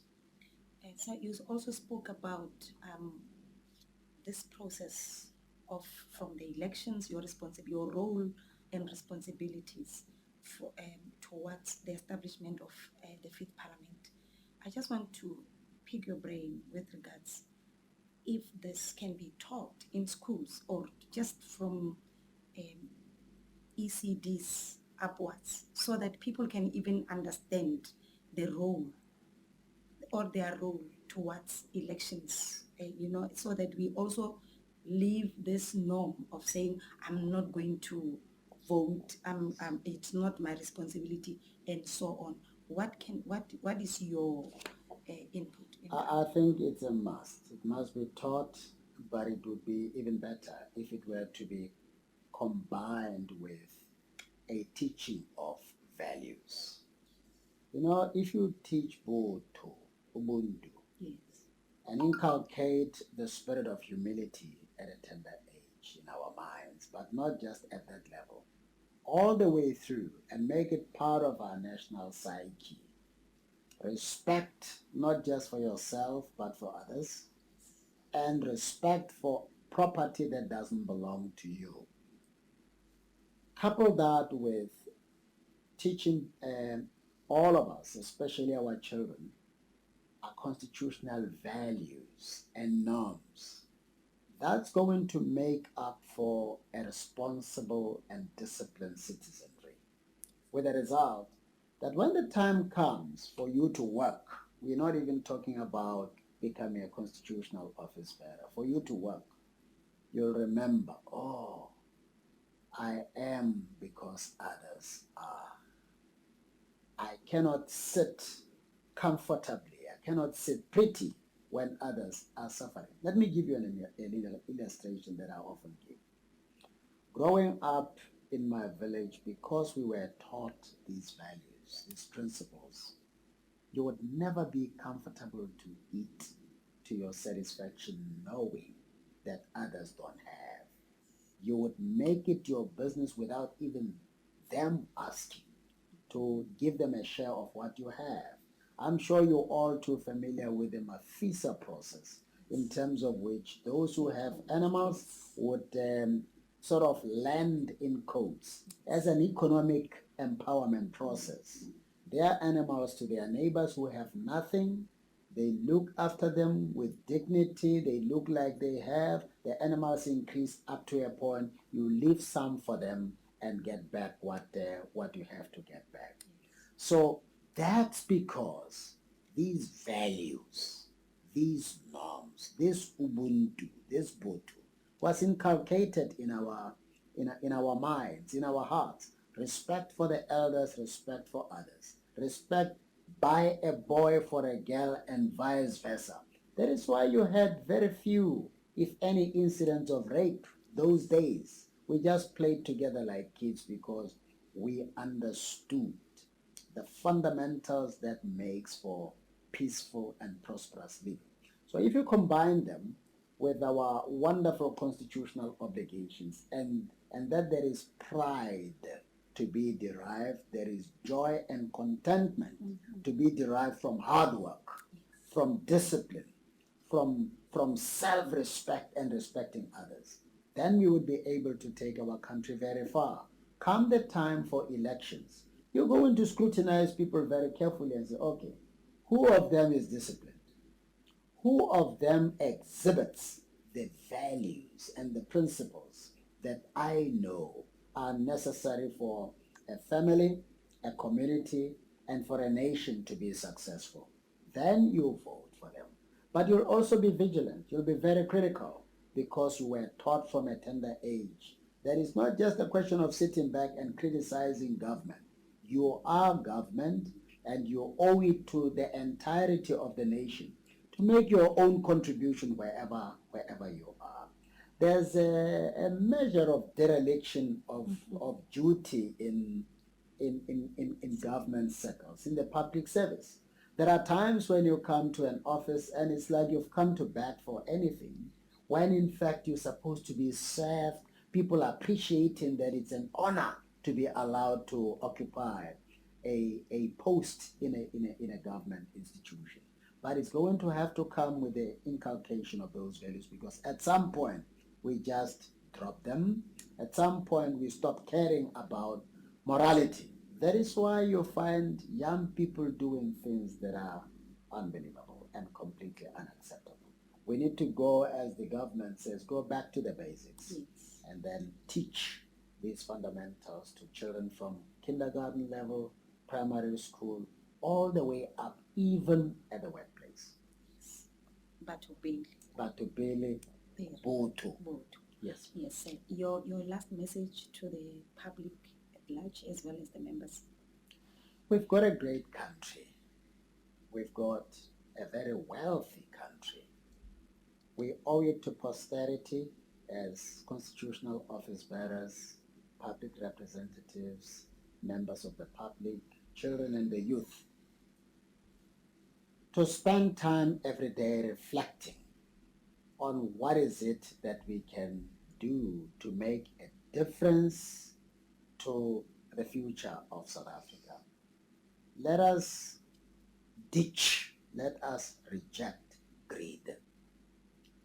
There's nothing wrong in being wealthy as long as it is not at the expense of others.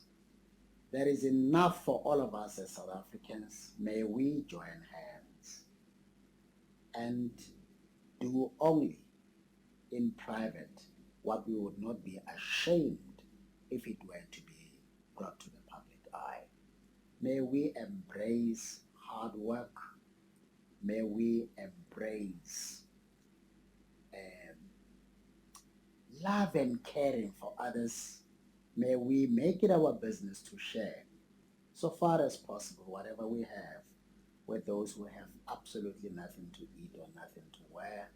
May we see it as our responsibility to help educate those children that are bright, but their parents do not have the resources to take them through the education system.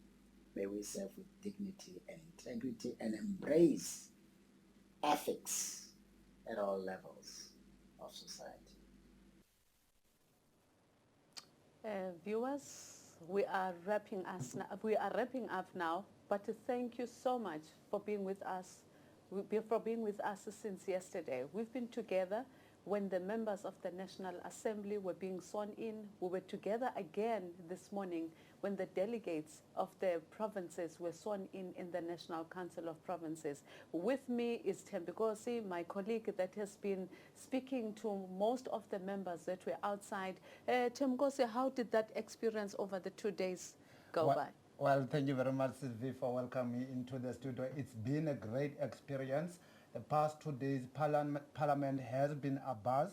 As you have mentioned, Sylvie, we've seen the swearing in of members of the National Assembly yesterday, which together with the election of the President, the Speaker and the Deputy Speaker, and the National Council of Provinces has just adjourned. And we've seen Mr. Amos Masondo being elected the chairperson of the NCOP, with Ms. Sylvia Lucas being elected the deputy chairperson. I think from now forward we're looking to Saturday the 25th for the inauguration, which I think will be followed by the State of the Nation, which is scheduled for the 20th of June. As you have said, it's been a great 2 days, Sylvie. Indeed, indeed. The citizens of South Africa, you must remember that this whole process and the proceedings that have taken place, Thembinkosi, the people of South Africa need to know that they are the ones who started this whole ball to roll.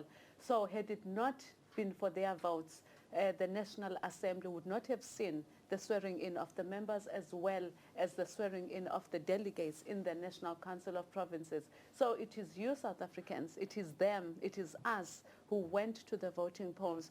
That also has been such a lot of work, because you can travel.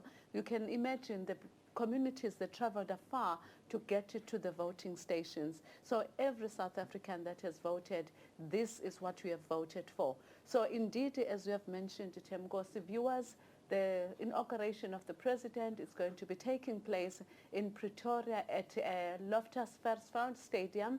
As you have heard, that the preparations are already underway, where people are going to be received as early as 6 a.m. and thereafter then is the State of the Nation address. Thembinkosi, just to assist the viewers who have missed out over the last 2 days, can you just give them a synopsis of what took place in the NA as well as the NCOP? Well, Sylvie, yes, the NA began yesterday with the swearing in of plus minus 400 members of Parliament, which was then followed, of course, by the election of the Speaker. And it was quite interesting because we had 2 nominations yesterday, one of Richard Majola and that of the current Speaker, Ms. Thandi Modise. And thereafter today, as you have just indicated, we saw members of the delegates of the NCOP being sworn in, and which was followed by the election of the chairperson and the deputy chairperson. And our viewers at home, thank you very much for watching Parliament TV. Igama lam ndinguThembinkosi uLolo kaNgoma. And stay tuned, because on the 20th of June, we'll be bringing you more on the State of the Nation address. Citizens of South Africa, viewers wherever you are, whether you are on YouTube, whether you are following us on Twitter, on Instagram, on Facebook, thank you so much for being part of these proceedings of Parliament. We thank you so much, and we hope to see you soon. Have a wonderful afternoon and evening. Bye.